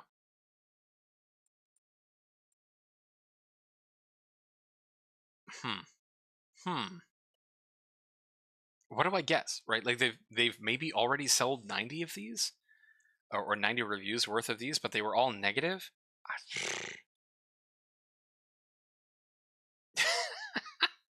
And now they're all wiped clean, but they only have 2 reviews, both of which are positive. Or one is positive, one is negative. So what do I guess here? I think I'm gonna say 2 and 2. I don't think this game is very old, has been up for a very long time, has many negative reviews. I don't think that they're gonna get any more. That said, I do think that they've probably sold a lot more than it initially looks like. I think they probably sold a couple of thousand copies of this. So very curious. It makes me doubt my methods here. All right, moving on. To Refund Me If You Can, Lexy Story, which has 2 positive reviews, no negative reviews, for a total of 2, is on sale for $7.79 and developed and published by Sun Game Studio. Why are you called Refund Me? Lexy's grandmother is sick. Will you be fast enough to bring her medication in time? I'm guessing this is a maybe gag game based around the 2-hour time limit for Steam refunds. Okay, so it looks like a third-person platformer, I guess, where I think you're trying to complete the game in. Oh, you need a launch trailer because it is February 2023. Managed to beat the game in 2 hours and 5 minutes. So close. Ragdoll physics had me laughing a lot. I recommend giving it a shot if you like a ragdoll platformer. All right, cool. I kind of like this idea. It's a bit silly, but sure. Yeah, and it's probably going to get a little bit of play on Twitch, I think. I don't know how well it's going to do in total because I don't think that they actually advertise this very much. Yeah, maybe not. Okay, so October 17th.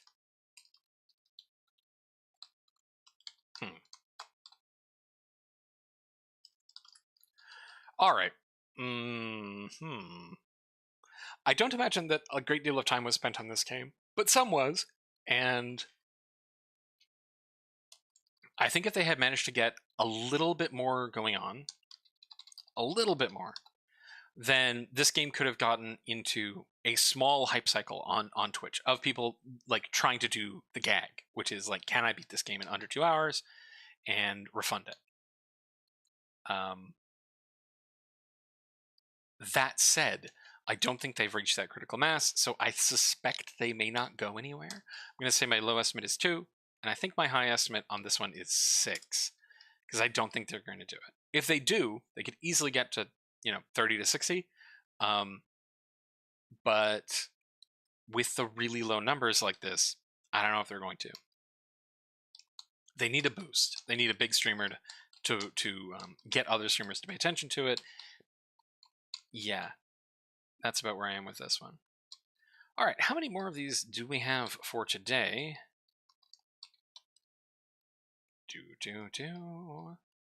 We still have 19 left to go, so that's about an hour. I'm going to take a moment's break here because I am an organic being with requirements, and they're currently not being met. So I'm going to put a big note here, which is just going to say, back in a sec.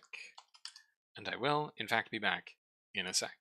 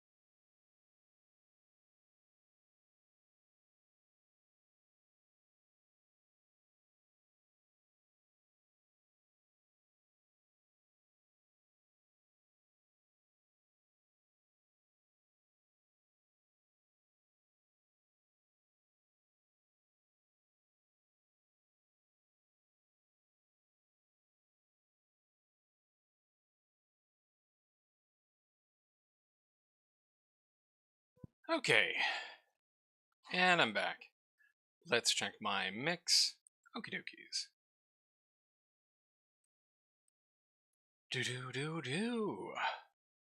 Alright.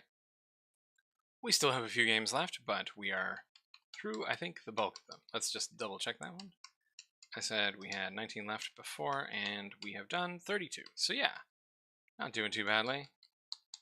And we have some interesting ones coming up towards the end.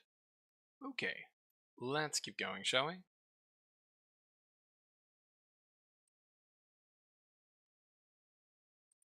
Okie dokie. Next game is Snow Mountain. Snow Mountain. Try to record the high score as much as possible. So we're supposed to write it down? I don't know. What are we doing? I guess we're this little dot trying to stay between the lines and not get hit by pieces. Oh, I guess touching the pieces of snow doesn't matter. Just staying between the lines does. Okay. Interesting little microgame, I guess. Feels like a test for diagnosing ADHD. Curious. Looks like my damn glaucoma test. That's annoying crow here.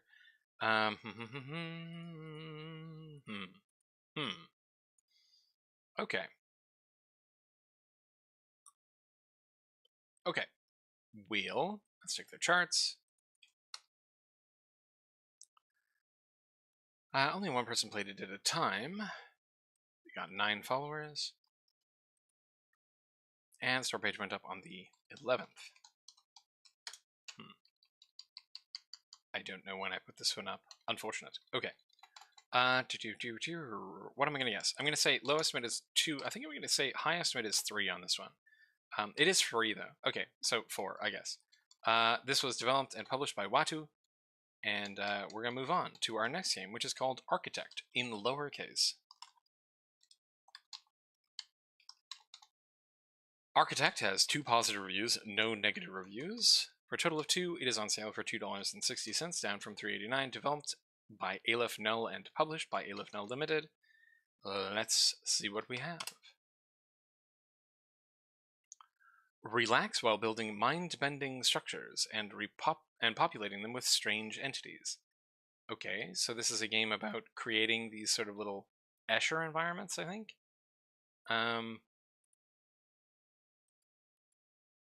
Okay. It's kind of a drawing program for those, I guess. I don't think it's really necessarily a game, really. It's more of an art tool. It's a cool art tool. Huh. I like the little sound design effect locks, especially when you poke the little guys. Cute little art sim, making abstract art with simple, straightforward controls. Huh. Okay. Alright, cool. I mean, yeah. Yeah. Alright. Neat. Let's check their charts. Mostly one person has been using this, and store page went up on the 22nd of January. Picked up 6 followers. I think my low estimate is going to be 2, and I think my high estimate is going to be 8? Sure. Yeah, 8. Alright, best of luck, Aleph Null. Moving on. Next game is Blade Shift Rage, which has 2 positive reviews, no negative reviews, is on sale for $9.44, down from $10.49, developed and published by AudioJack Games.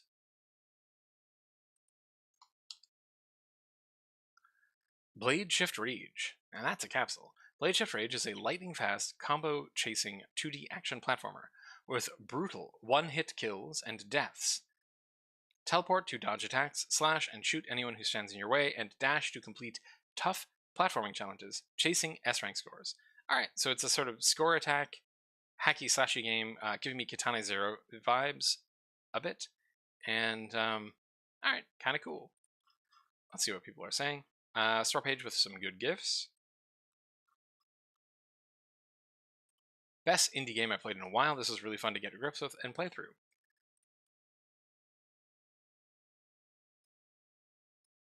And another person who is referencing Katana Zero. For those who, like the developers of the game, are tired of waiting for the continuation of Katana Zero.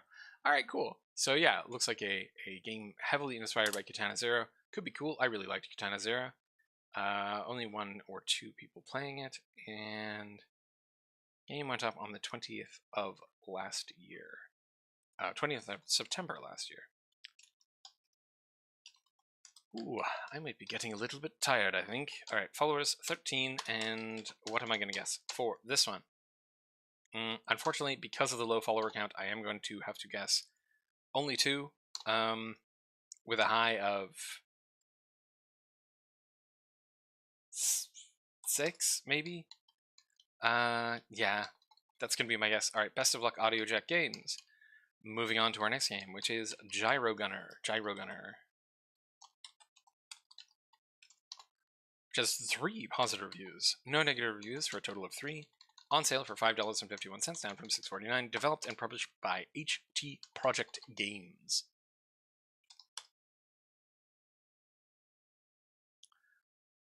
Huh. Alright, not what I was expecting. An omnidirectional scrolling twin-stick shooter with pixel art reminiscent of the 80s. That's true. I definitely saw quite a few games sort of like this back in the day on old arcades and stuff. Alright, you're a little helicopter, you're flying around, you're shooting and destroying stuff. Okie dokie. It's fine. Indie games, hard. Nice. We have a couple of reviews in Japanese, I think. Yes, destroy all the targets on the map and shoot down the boss. Huh. Alright, cool. Let's check the charts. And the game went up on the 26th of January, so I would say that not a ton of time to market a game like this. And only picked up 92 followers. Low estimate is 3, and I think high estimate is maybe 8. Alright, moving on. Okay, to Catboy Creator. Okay. 2 positive reviews, 1 negative review for a total of 3. It is a free-to-play game developed by Sonia Fung and published by Cloud Novel LLC.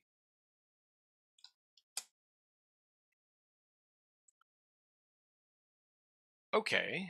Alright, this really does seem to be just a little Catboy toy. I don't think I'm going to review this one.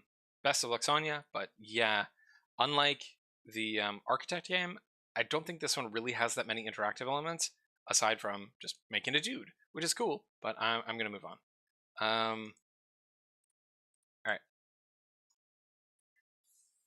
Moving on to Redemption's Guild, which has 2 positive, 2 negative reviews for a total of 4. On sale for $20.79, down from $25.99. Developed and published by Unlit Games.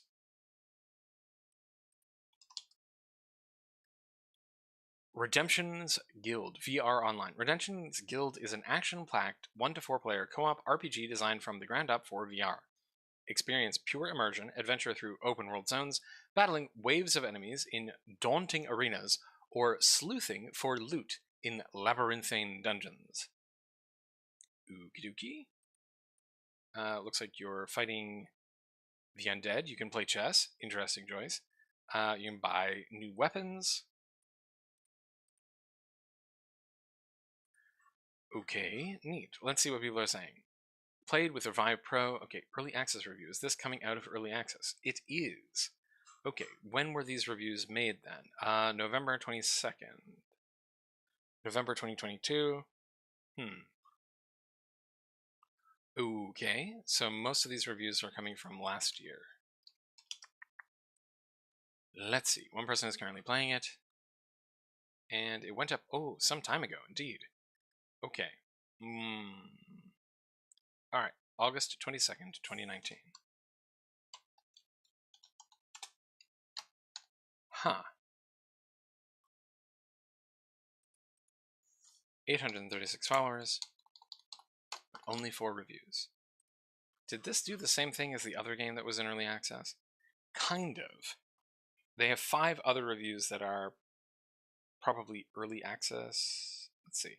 Steam purchases. No, some of the early access reviews could show up here. Curiously, some of these are product received for free. Steam, what is your database stuff doing? Huh. Well, what am I going to guess for this one? I think my low estimate is 4, and my high estimate is also 4. I don't think they're going to sell very many more of these, which is got to be a bummer for their team because they've clearly been working on this for quite some time. Yeah, looks like almost 4 years of development, and then they released and got kind of negligible response. That's a bummer. Really sorry about that one, Unlit Games. Best of luck. Alright, moving on.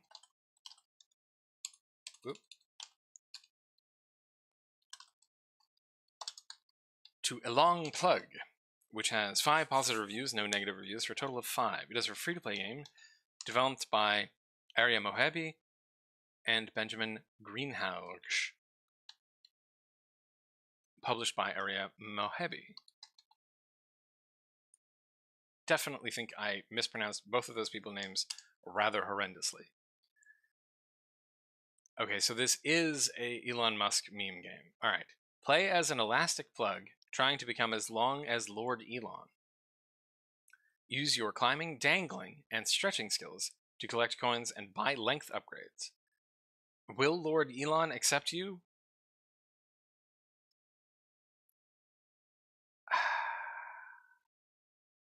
What?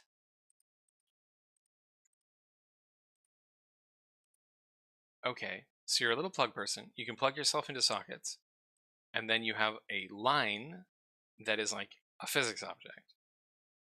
It seems like attaching two things lets you jump. A little unclear. Okay, well, let's see. I know, and Crow here is... There should be a DLC for this game where you can pay money to receive a blue check mark on Twitter. Neat. Alright, it's a meme game. Let's see, January 14th. Okay.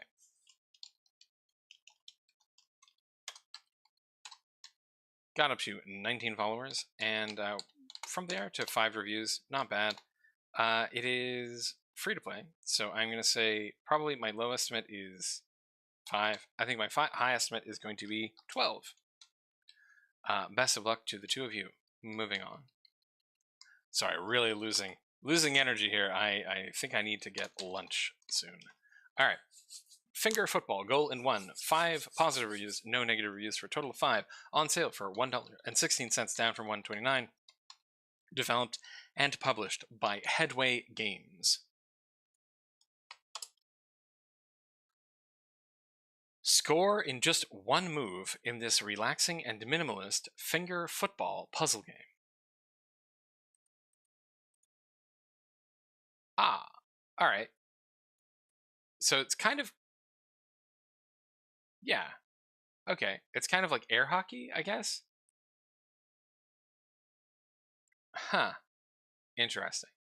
Doesn't look like a bad little puzzle game. Let's see what people are saying.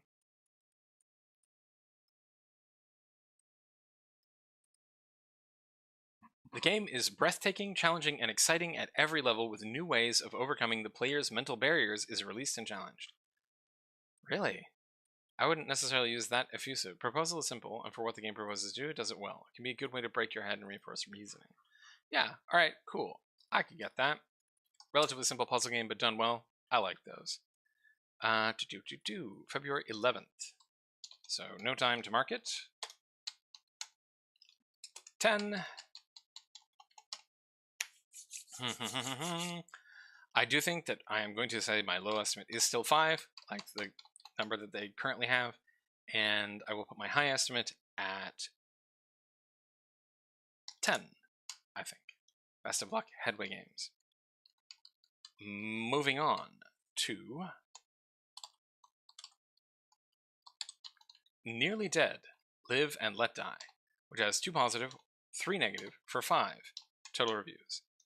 On sale for $6.29, down from $8.99, developed and published by Mono Software Incorporated. Top-down, multi-co-op action game. Survive the zombies together with a stranger. Huh. Mono Software. Alright. It's nice pixel art. I love the idea of having just a very, very long... a very long chainsaw for the killing of zombies. Is there anything other than this, though? Maybe. Unfortunately, it doesn't look like this trailer is translated. Okie dokie. Looks like it is multiplayer. Mono Software, have you done anything else? No, this is your first game. Or, no, you have another one. You have one called Nearly Dead, which appears to be very similar to this one. Same kind of idea, released in 2021. Got to 218 total reviews. Which looks like an early access game that ran out of money. Unfortunate. Okay. This might be a sequel. It is also early access. I played the original on itch because the UI and inventory management were a nightmare.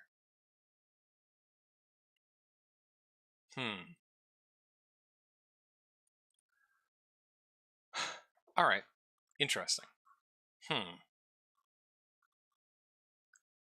I feel for this studio. Looks like they're in a kind of tight place, unfortunately. Bunch of different people have played this. They got up to 52 players a while ago. 141 followers, so not bad. When did this go up? 29th of January.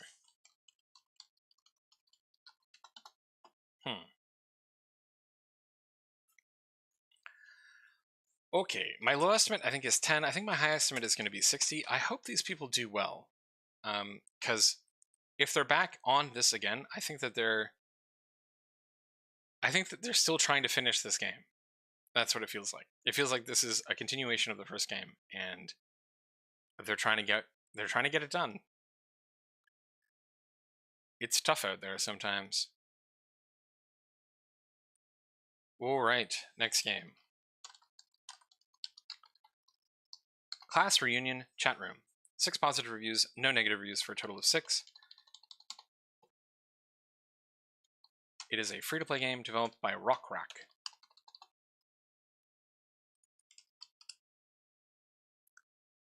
Class Reunion Chat Room. Amy receives an invitation to a group chat set up by some of her former classmates. Its purpose is to reconnect after all these years, but soon more and more disturbing facts about Amy's classmates are revealed, and Amy begins to fear that the people she's texting with may not be what they seem. Oh, this is a very cool idea for a little horror game. Like a little interactive fiction horror game. Yeah, I'm into this one. Looks very simple, right? But, and highly dependent on how good the writing is, but gosh, if it's good writing, this could be very spooky. I am horrified. Me too, Lake Lover, and I like it. Free visual novel creepypasta, yes. I originally thought it was boring, but it turned out to be good in the end. Wish there was more.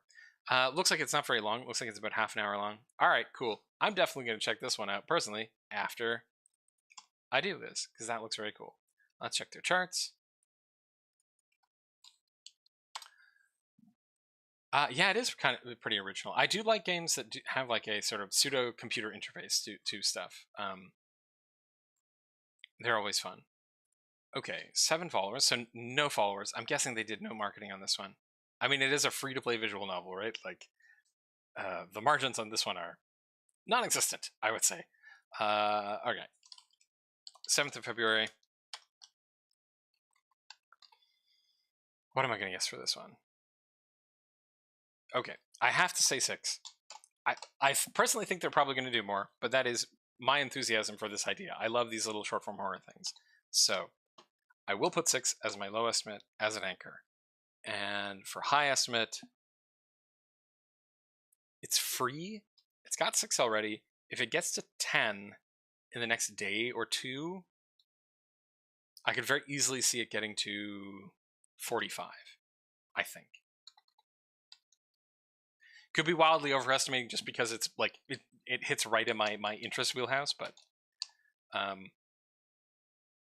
yeah. Okay.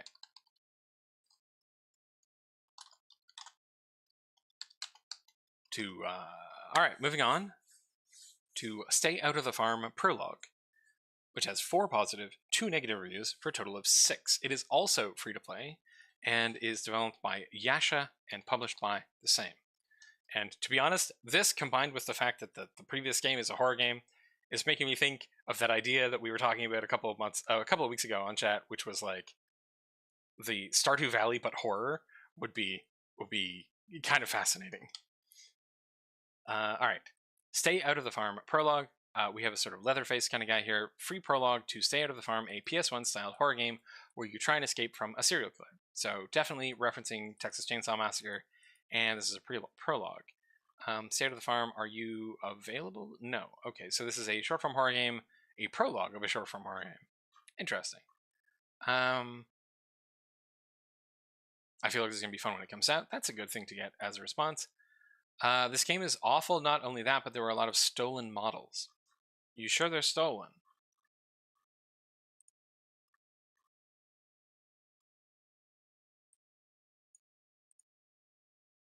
Why is the last farmer chasing me? I'm just your average underworld kid who buys a farm. Good question. All right.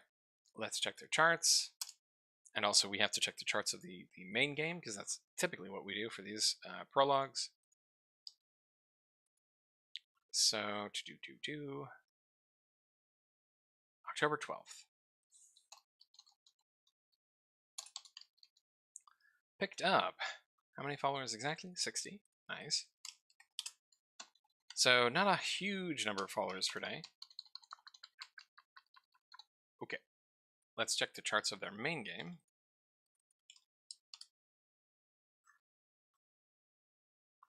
Oh, not as good. Huh, their prologue actually has more followers. That's interesting. That one went up October 1st. Okay, well, I hope that this prologue works out for them, because it looks like their main game might be in a little bit of trouble for that.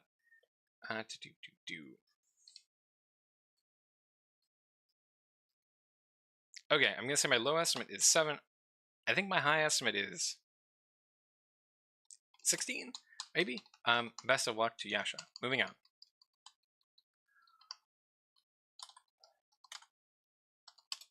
Two, Pocky and Rocky Reshrined.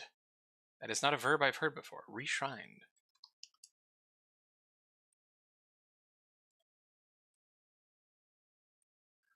The original cute and hardcore Shrine Maiden shooter is now available on Steam. Completely new game, a sequel to the home original Pocky and Rocky, Super Nintendo Entertainment System. The adventures of Pocky and Rocky begin again. Okay, I have heard of this game, but that's because I watch obscure YouTube channels that cover very, very old games. It's a little top-down shooter.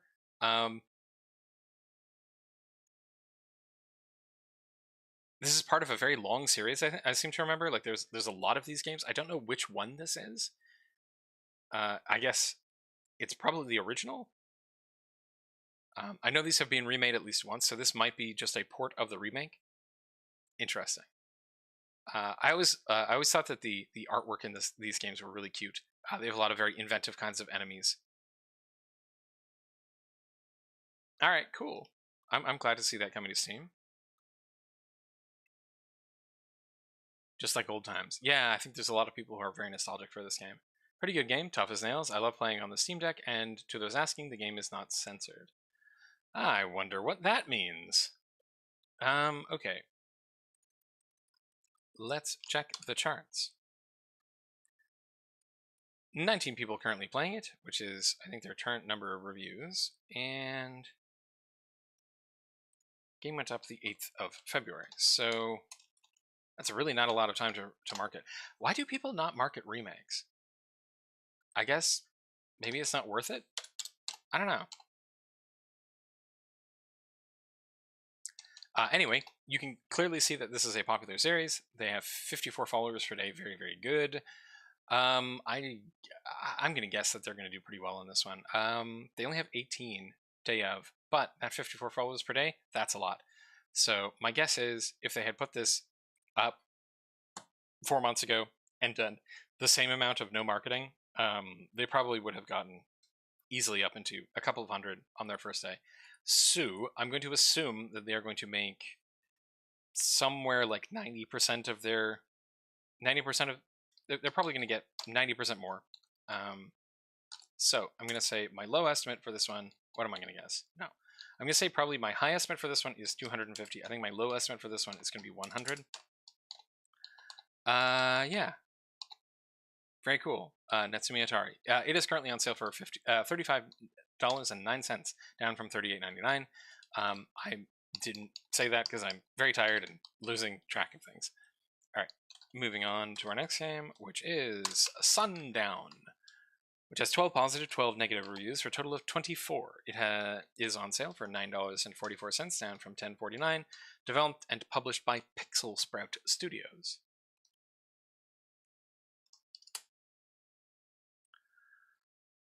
Okay, farm crops, collect pets, catch fish, mine ores, and craft turrets to build a thriving farm.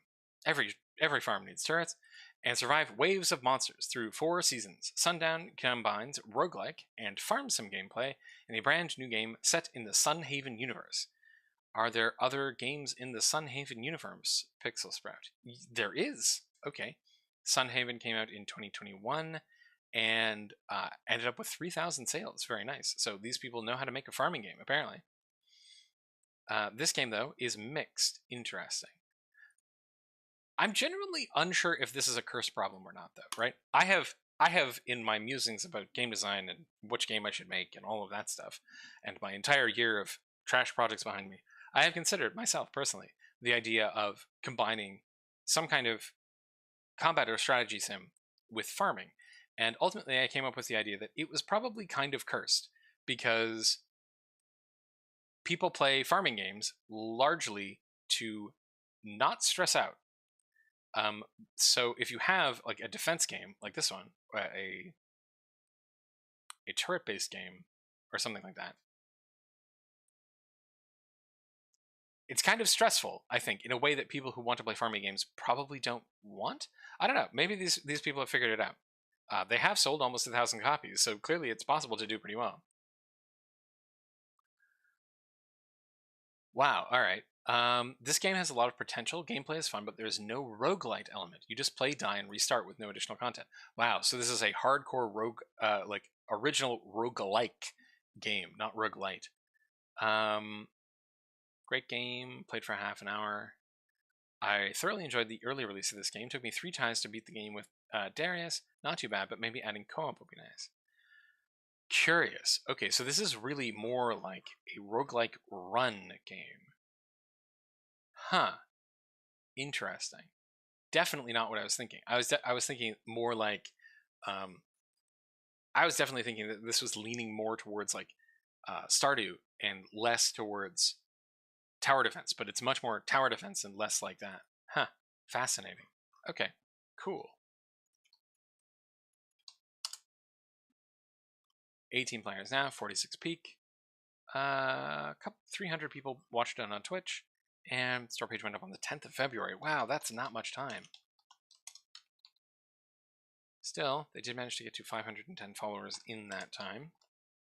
So I'm guessing a bunch of the people who played their previous game came and checked out their new game. 40 followers per day, very healthy, but the mixed reviews, not where you want it to be.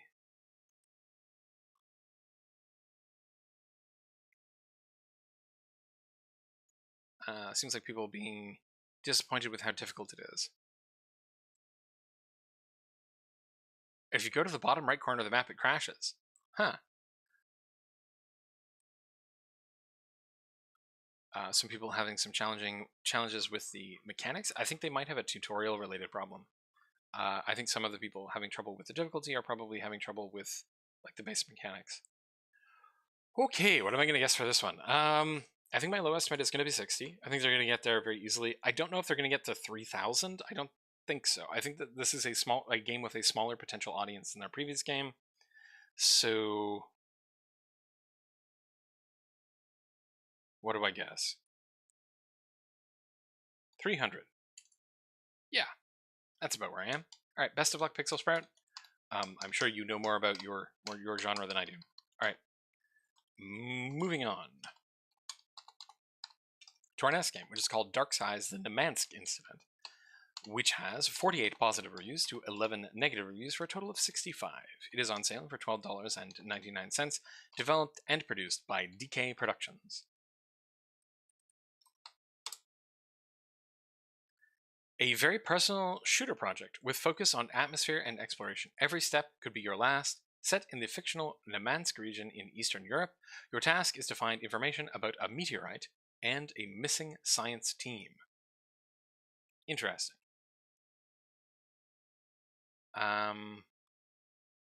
Is this a 1.0 release? Yes. Yes, it is. Okay. I thought it might be. Okay, so we are 1.0ing out of early access with this one. I've played over 100 Gamer Guru games on Steam now. Gamer Guru games. What are Gamer Guru games? Looks like this person made one other game beforehand in 2016, which got mixed reviews and did not do as well.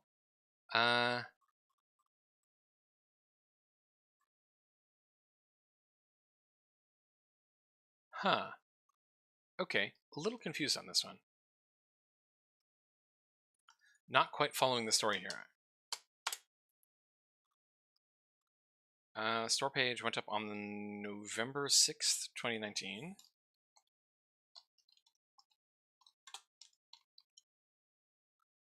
Picked up 977 followers. Mixed, I guess, in terms of how many followers per day. Gosh. Alright, so my low estimate is going to be 65. Seems harsh, I know, but I don't know if they're actually going to sell anymore. They have not been gaining followers over the lifetime of the game. They have, in fact, been losing them, slowly hemorrhaging followers. I guess my high estimate is going to be 75, maybe? Alright, best of luck, DK Productions. I'm still not entirely sure what's going on there. I'm guessing the story there is interesting. Okay, our next game is Diary of Lucie, which has 100 positive reviews to 7 negative reviews for a total of 107. On sale for $13.59, down from $16.99, developed and published by Parange Project. Parange Project. Diary of Lucie is an action roguelike. Gonna try that sentence again. Diary of Lucie is an action roguelite game made with RPG Maker. In addition to simply avoiding the enemy's barrage, strategically use the enemy's bullets to make the battle situation advantageous. Okay, we have a bullet hell game in an RPG Maker. That must have been tough. Like, RPG Maker is not that flexible. That must have been some work to make that happen. We definitely have custom character sprites. I don't know if the environment sprites are all custom. It looks cute. What are we fighting when we fight things? Okay, we got standard slime monsters, an angry tree, a big slime monster. Looks like you have good combat dashes. Alright, this looks kind of cool. And it seems like a bunch of people agree. This is an early access game. Is this early access? No, this is a 1.0 release out of early access. My leaning is more towards neutral than recommend. The story is basically non-existent or not finished. That's too bad. I was kind of hoping that there'd be a cool little story here.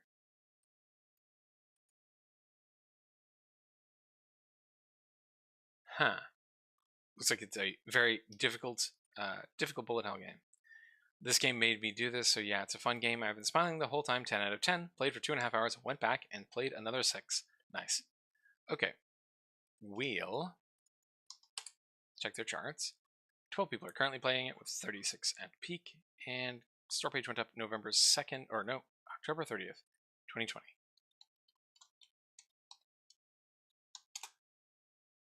If I had to guess, I'd say they probably released into early access here, daring to do so when they only had like 40 followers, but it seems like they did pretty well. Did something that made them bump here, probably festivals or sales or something. Pretty cool. Let's see how their followers are. Ooh, surprisingly low for this many sales. Like really, really quite surprisingly low for that many sales. All right. Okay. I'm going to say my low estimate is they get to 110. And I think my high estimate is that they get to 120. 130, I think. High estimate. Yeah. All right. Best of luck, Parange Project. I look forward to seeing what you do next. Actually, let's just double check to see if you have another project coming out. Nope. This is your only game so far. All right. Best of luck.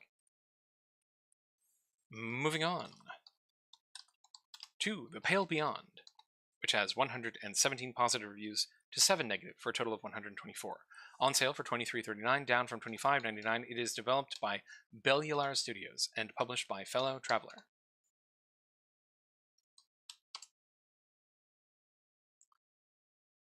Aha! I've seen this game several times before, and I thought it looked cool then. And I agree, it looks cool now. You didn't ask to lead this expedition, but here you are, stuck in the ice, captain missing, miles from civilization. Someone has to take charge. Manage your meager resources, balance safety and morale, make the hard calls, and head in the only direction you can, through the pale beyond.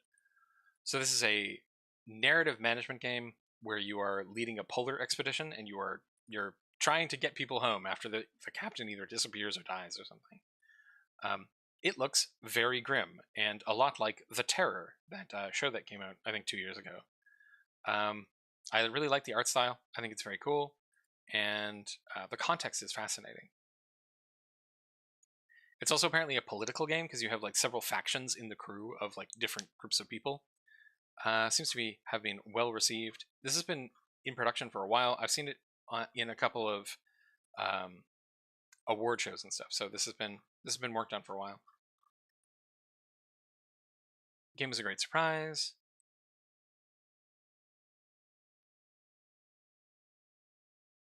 Looks like it's pretty long.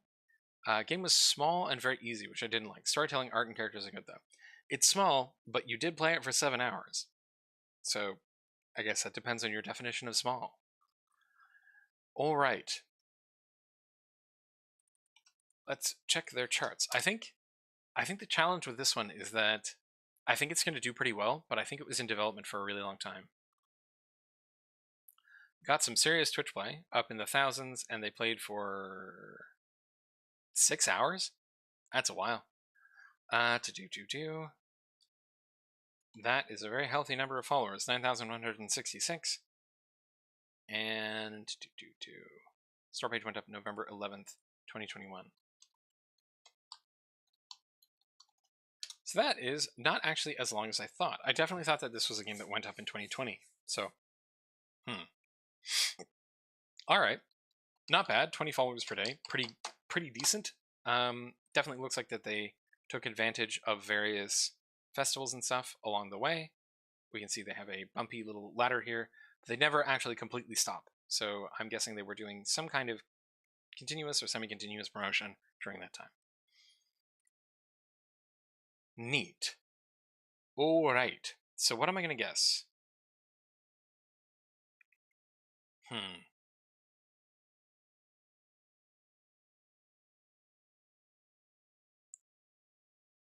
Okay, my low estimate, I think, is that they will just fill out their followers, which I think they're probably going to do more, but I'm going to put that as my low estimate because I am a pessimist.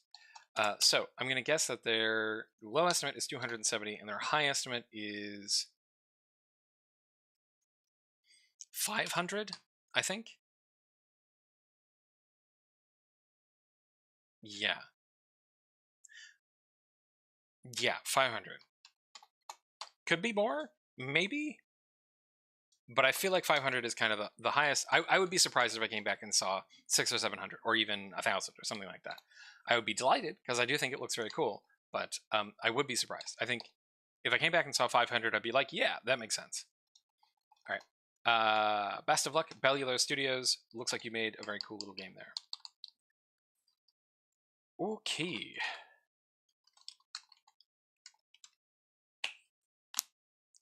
Our third to last game is called Pixel Survivors Roguelike. It has 188 positive reviews to 44 negative, for a total of 232.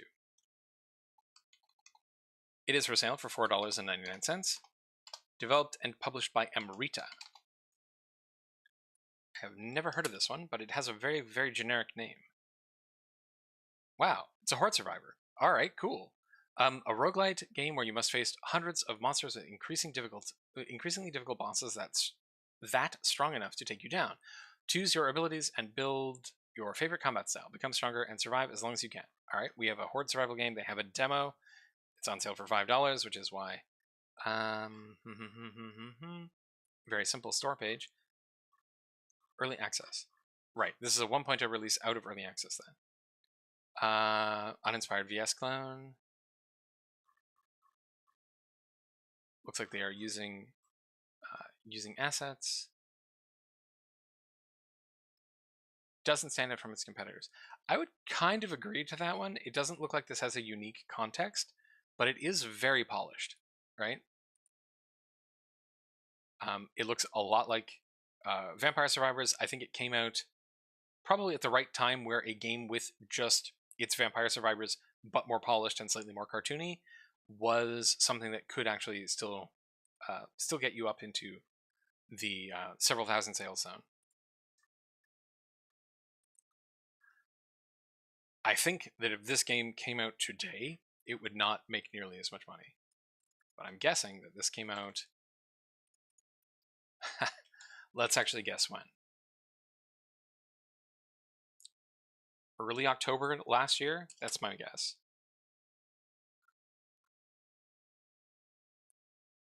Nope, I'm wrong. They were even faster. Came out, looks like it went into early access in July. So yes, when you are doing a fast follow of a popular genre, speed counts a lot. And in this case, they were fast. They got in just after Vampire Survivors blew up, right? Vampire Survivors blew up when? Let's check. I've been playing Vampire Survivors because I wanted to figure out what the thing was. I played it once, I kind of bounced off it, and then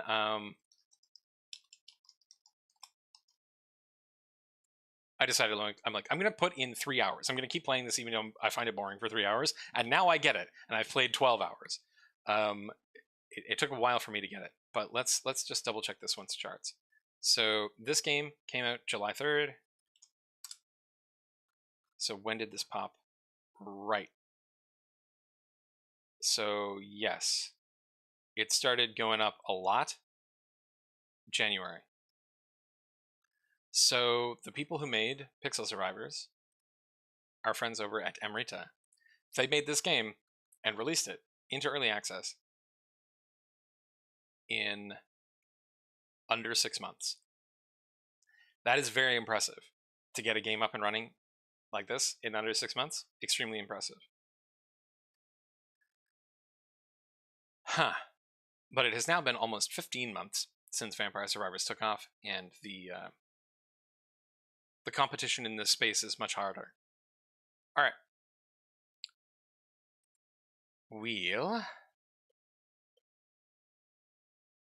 Store page went up May 31st.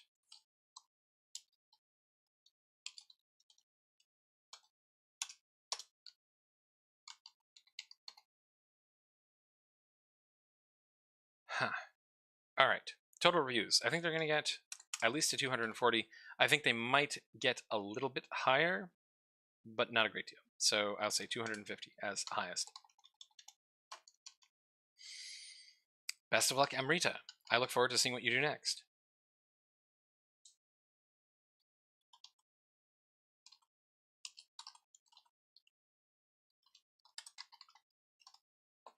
All right. Of our two big games today, we have one that is a little bit smaller than the other. We have OCTOPATH Traveler 2, which has 302 positive reviews to 21 negative reviews for a total of 323. It is on sale for $80, developed by Square Enix and Acquire Corporation, and published by Square Enix. This is, of course, the sequel to OCTOPATH Traveler 1, which was a very cool little RPG game with kind of a combination of 2D and 3D graphics. You were like 2D little sprites in 3D environments. And kind of everyone really dug that game. It had nice art. This one looks like it also still has nice art. Yeah, it was kind of like a revival of a kind of game that we hadn't seen for a long time. The old school Square RPGs. Okay. Well, they have a demo, which is nice. What are people saying? High quality finished product, which can be rare these days. Just wow, amazing, extraordinary. Great RPG. Absolutely beautiful game. People talking about their favorite characters. Suffers from the same issues as OCTOPATH Traveler 1. There is no party interaction. All of the characters are strangers to each other despite them being in a party. The game is actually 8 side stories with no main story. That is the critique that I have heard before, which is that because you see these games from 8 different perspectives, the characters don't interact with each other because like you would end up with a combinatoric explosion of complexity if you allowed them to have complex relationships with each other. So they just kind of don't. they have cool relationships with characters outside of the main cast, but the fact that the main cast doesn't really speak to each other is something I've heard as a criticism of the other games. Let's just double check and see how Octopath Traveler 1 did. Wow, they have made a bunch of games since Octopath Traveler 1.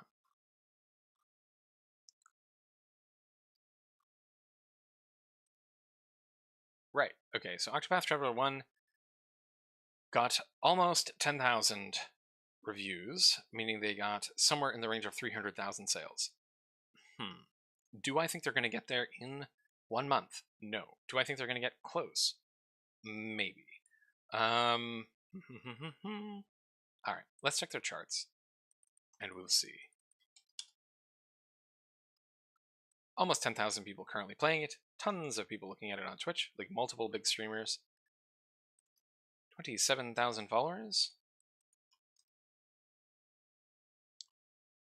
And store page went up when? September 14th.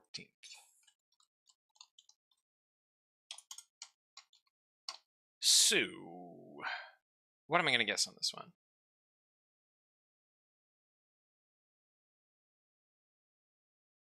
All right, I'll just box leader their followers. Let's see.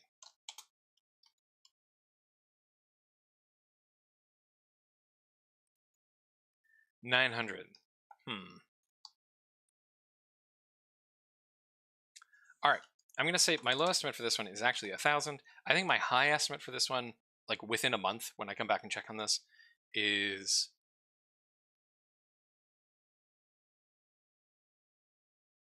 4,000. I think.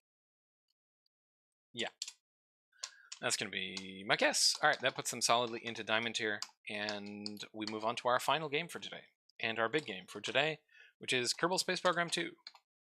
The sequel to the extremely popular physics-based kill tiny little green people in space because you forgot something. It has extremely mixed reviews. Wow. I was not actually expecting that, though I probably should have, because I'm sure everyone will be very judgmental on this one. 2,853 positive reviews to 2,818 negative reviews, for a total of 5,671 reviews. It is on sale for $66.99, and I don't know if that deserves a nice or two. I'm going to give it to him. Developed by Intercept Games and published by Private Division. Let's see what's going on over here. Kerbal Space Program 2. Developer broadcast. Kerbal Space Program 2 is the sequel to the acclaimed spaceflight simulation game Kerbal Space Program. Enter the next generation of space exploration with exciting new parts, stunning visuals, fully revamped UI and map view, and rich new environments to explore. And we will see a little Kerbal just... Oh, well, looks like they survived. That's surprising. My Kerbals usually don't.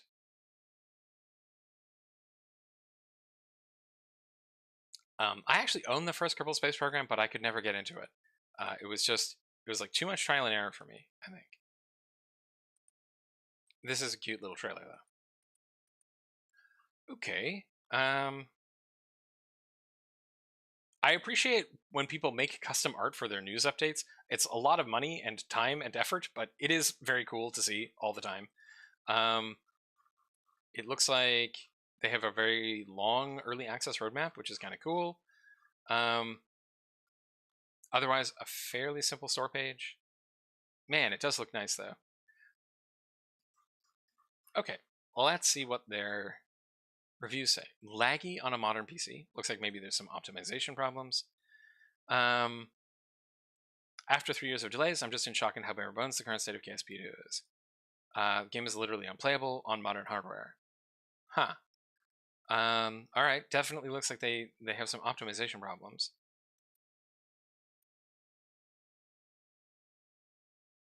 Obviously, okay. I don't know how you do this. So I think that definitely I'm going to look through this and I'm going to see a lot of people complaining about the fact that it does not have as many features as their first game, which, like, obviously it doesn't. They were in early access on that game for 4 years.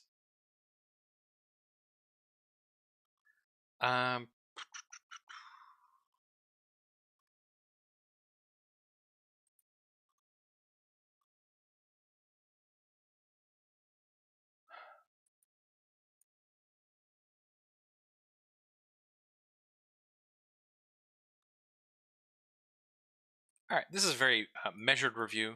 They say, if you're expecting all of KSP's features on day one here, you'll be disappointed. If you're expecting decent frame rates on a decent PC, you'll be disappointed. But what you're getting is a fundamentally improved experience in many ways that will only get better over time. Just not sure it justifies the high price right now during EA. Yeah, I'm sure that must have been a long conversation to come to this price point. Yeah, interesting. All right. I do think that they would have a higher ratio and probably more sales if they had a lower price point, right? If they had priced this at $38, or even if they had given a large early sale, right? Like they could have had this at $66 and then given a sale of like 40% or something to get it down to $38 or something like that. And I think there would be less complaints, and then you would not see that many negative reviews. All right, I'm going to trust them and guess that they know what they're doing. Kerbal Space Program, the first one, was wildly successful. So, they built a game about trying things multiple times. So, all right, I'm going to say best of luck to them, and I'm going to check their charts. 15,000 people playing it now. Lots and lots of people on Twitch looking at this. All right, 160,000 followers. 160 followers. Nice. Went up on the 23rd of August, 2019. That's interesting. This has been in development for a while.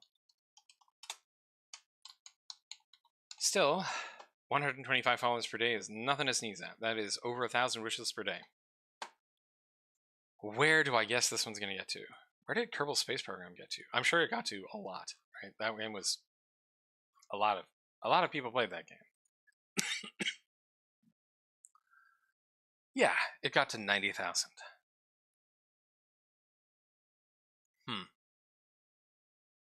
I doubt they're going to do that in 1 month.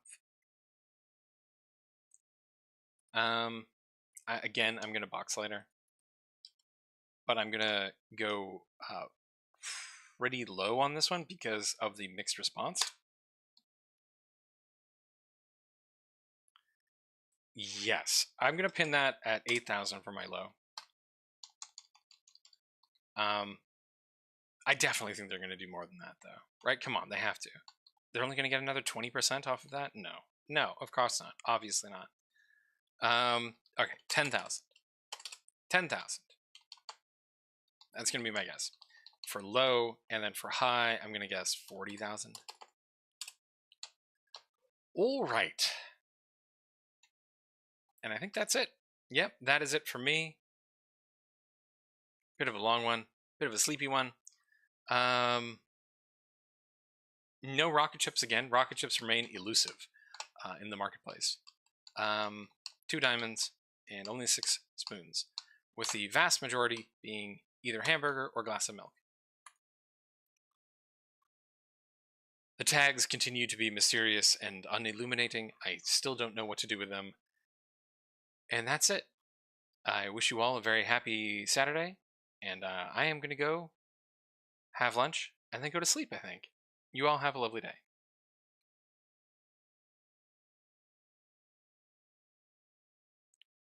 Goodbye.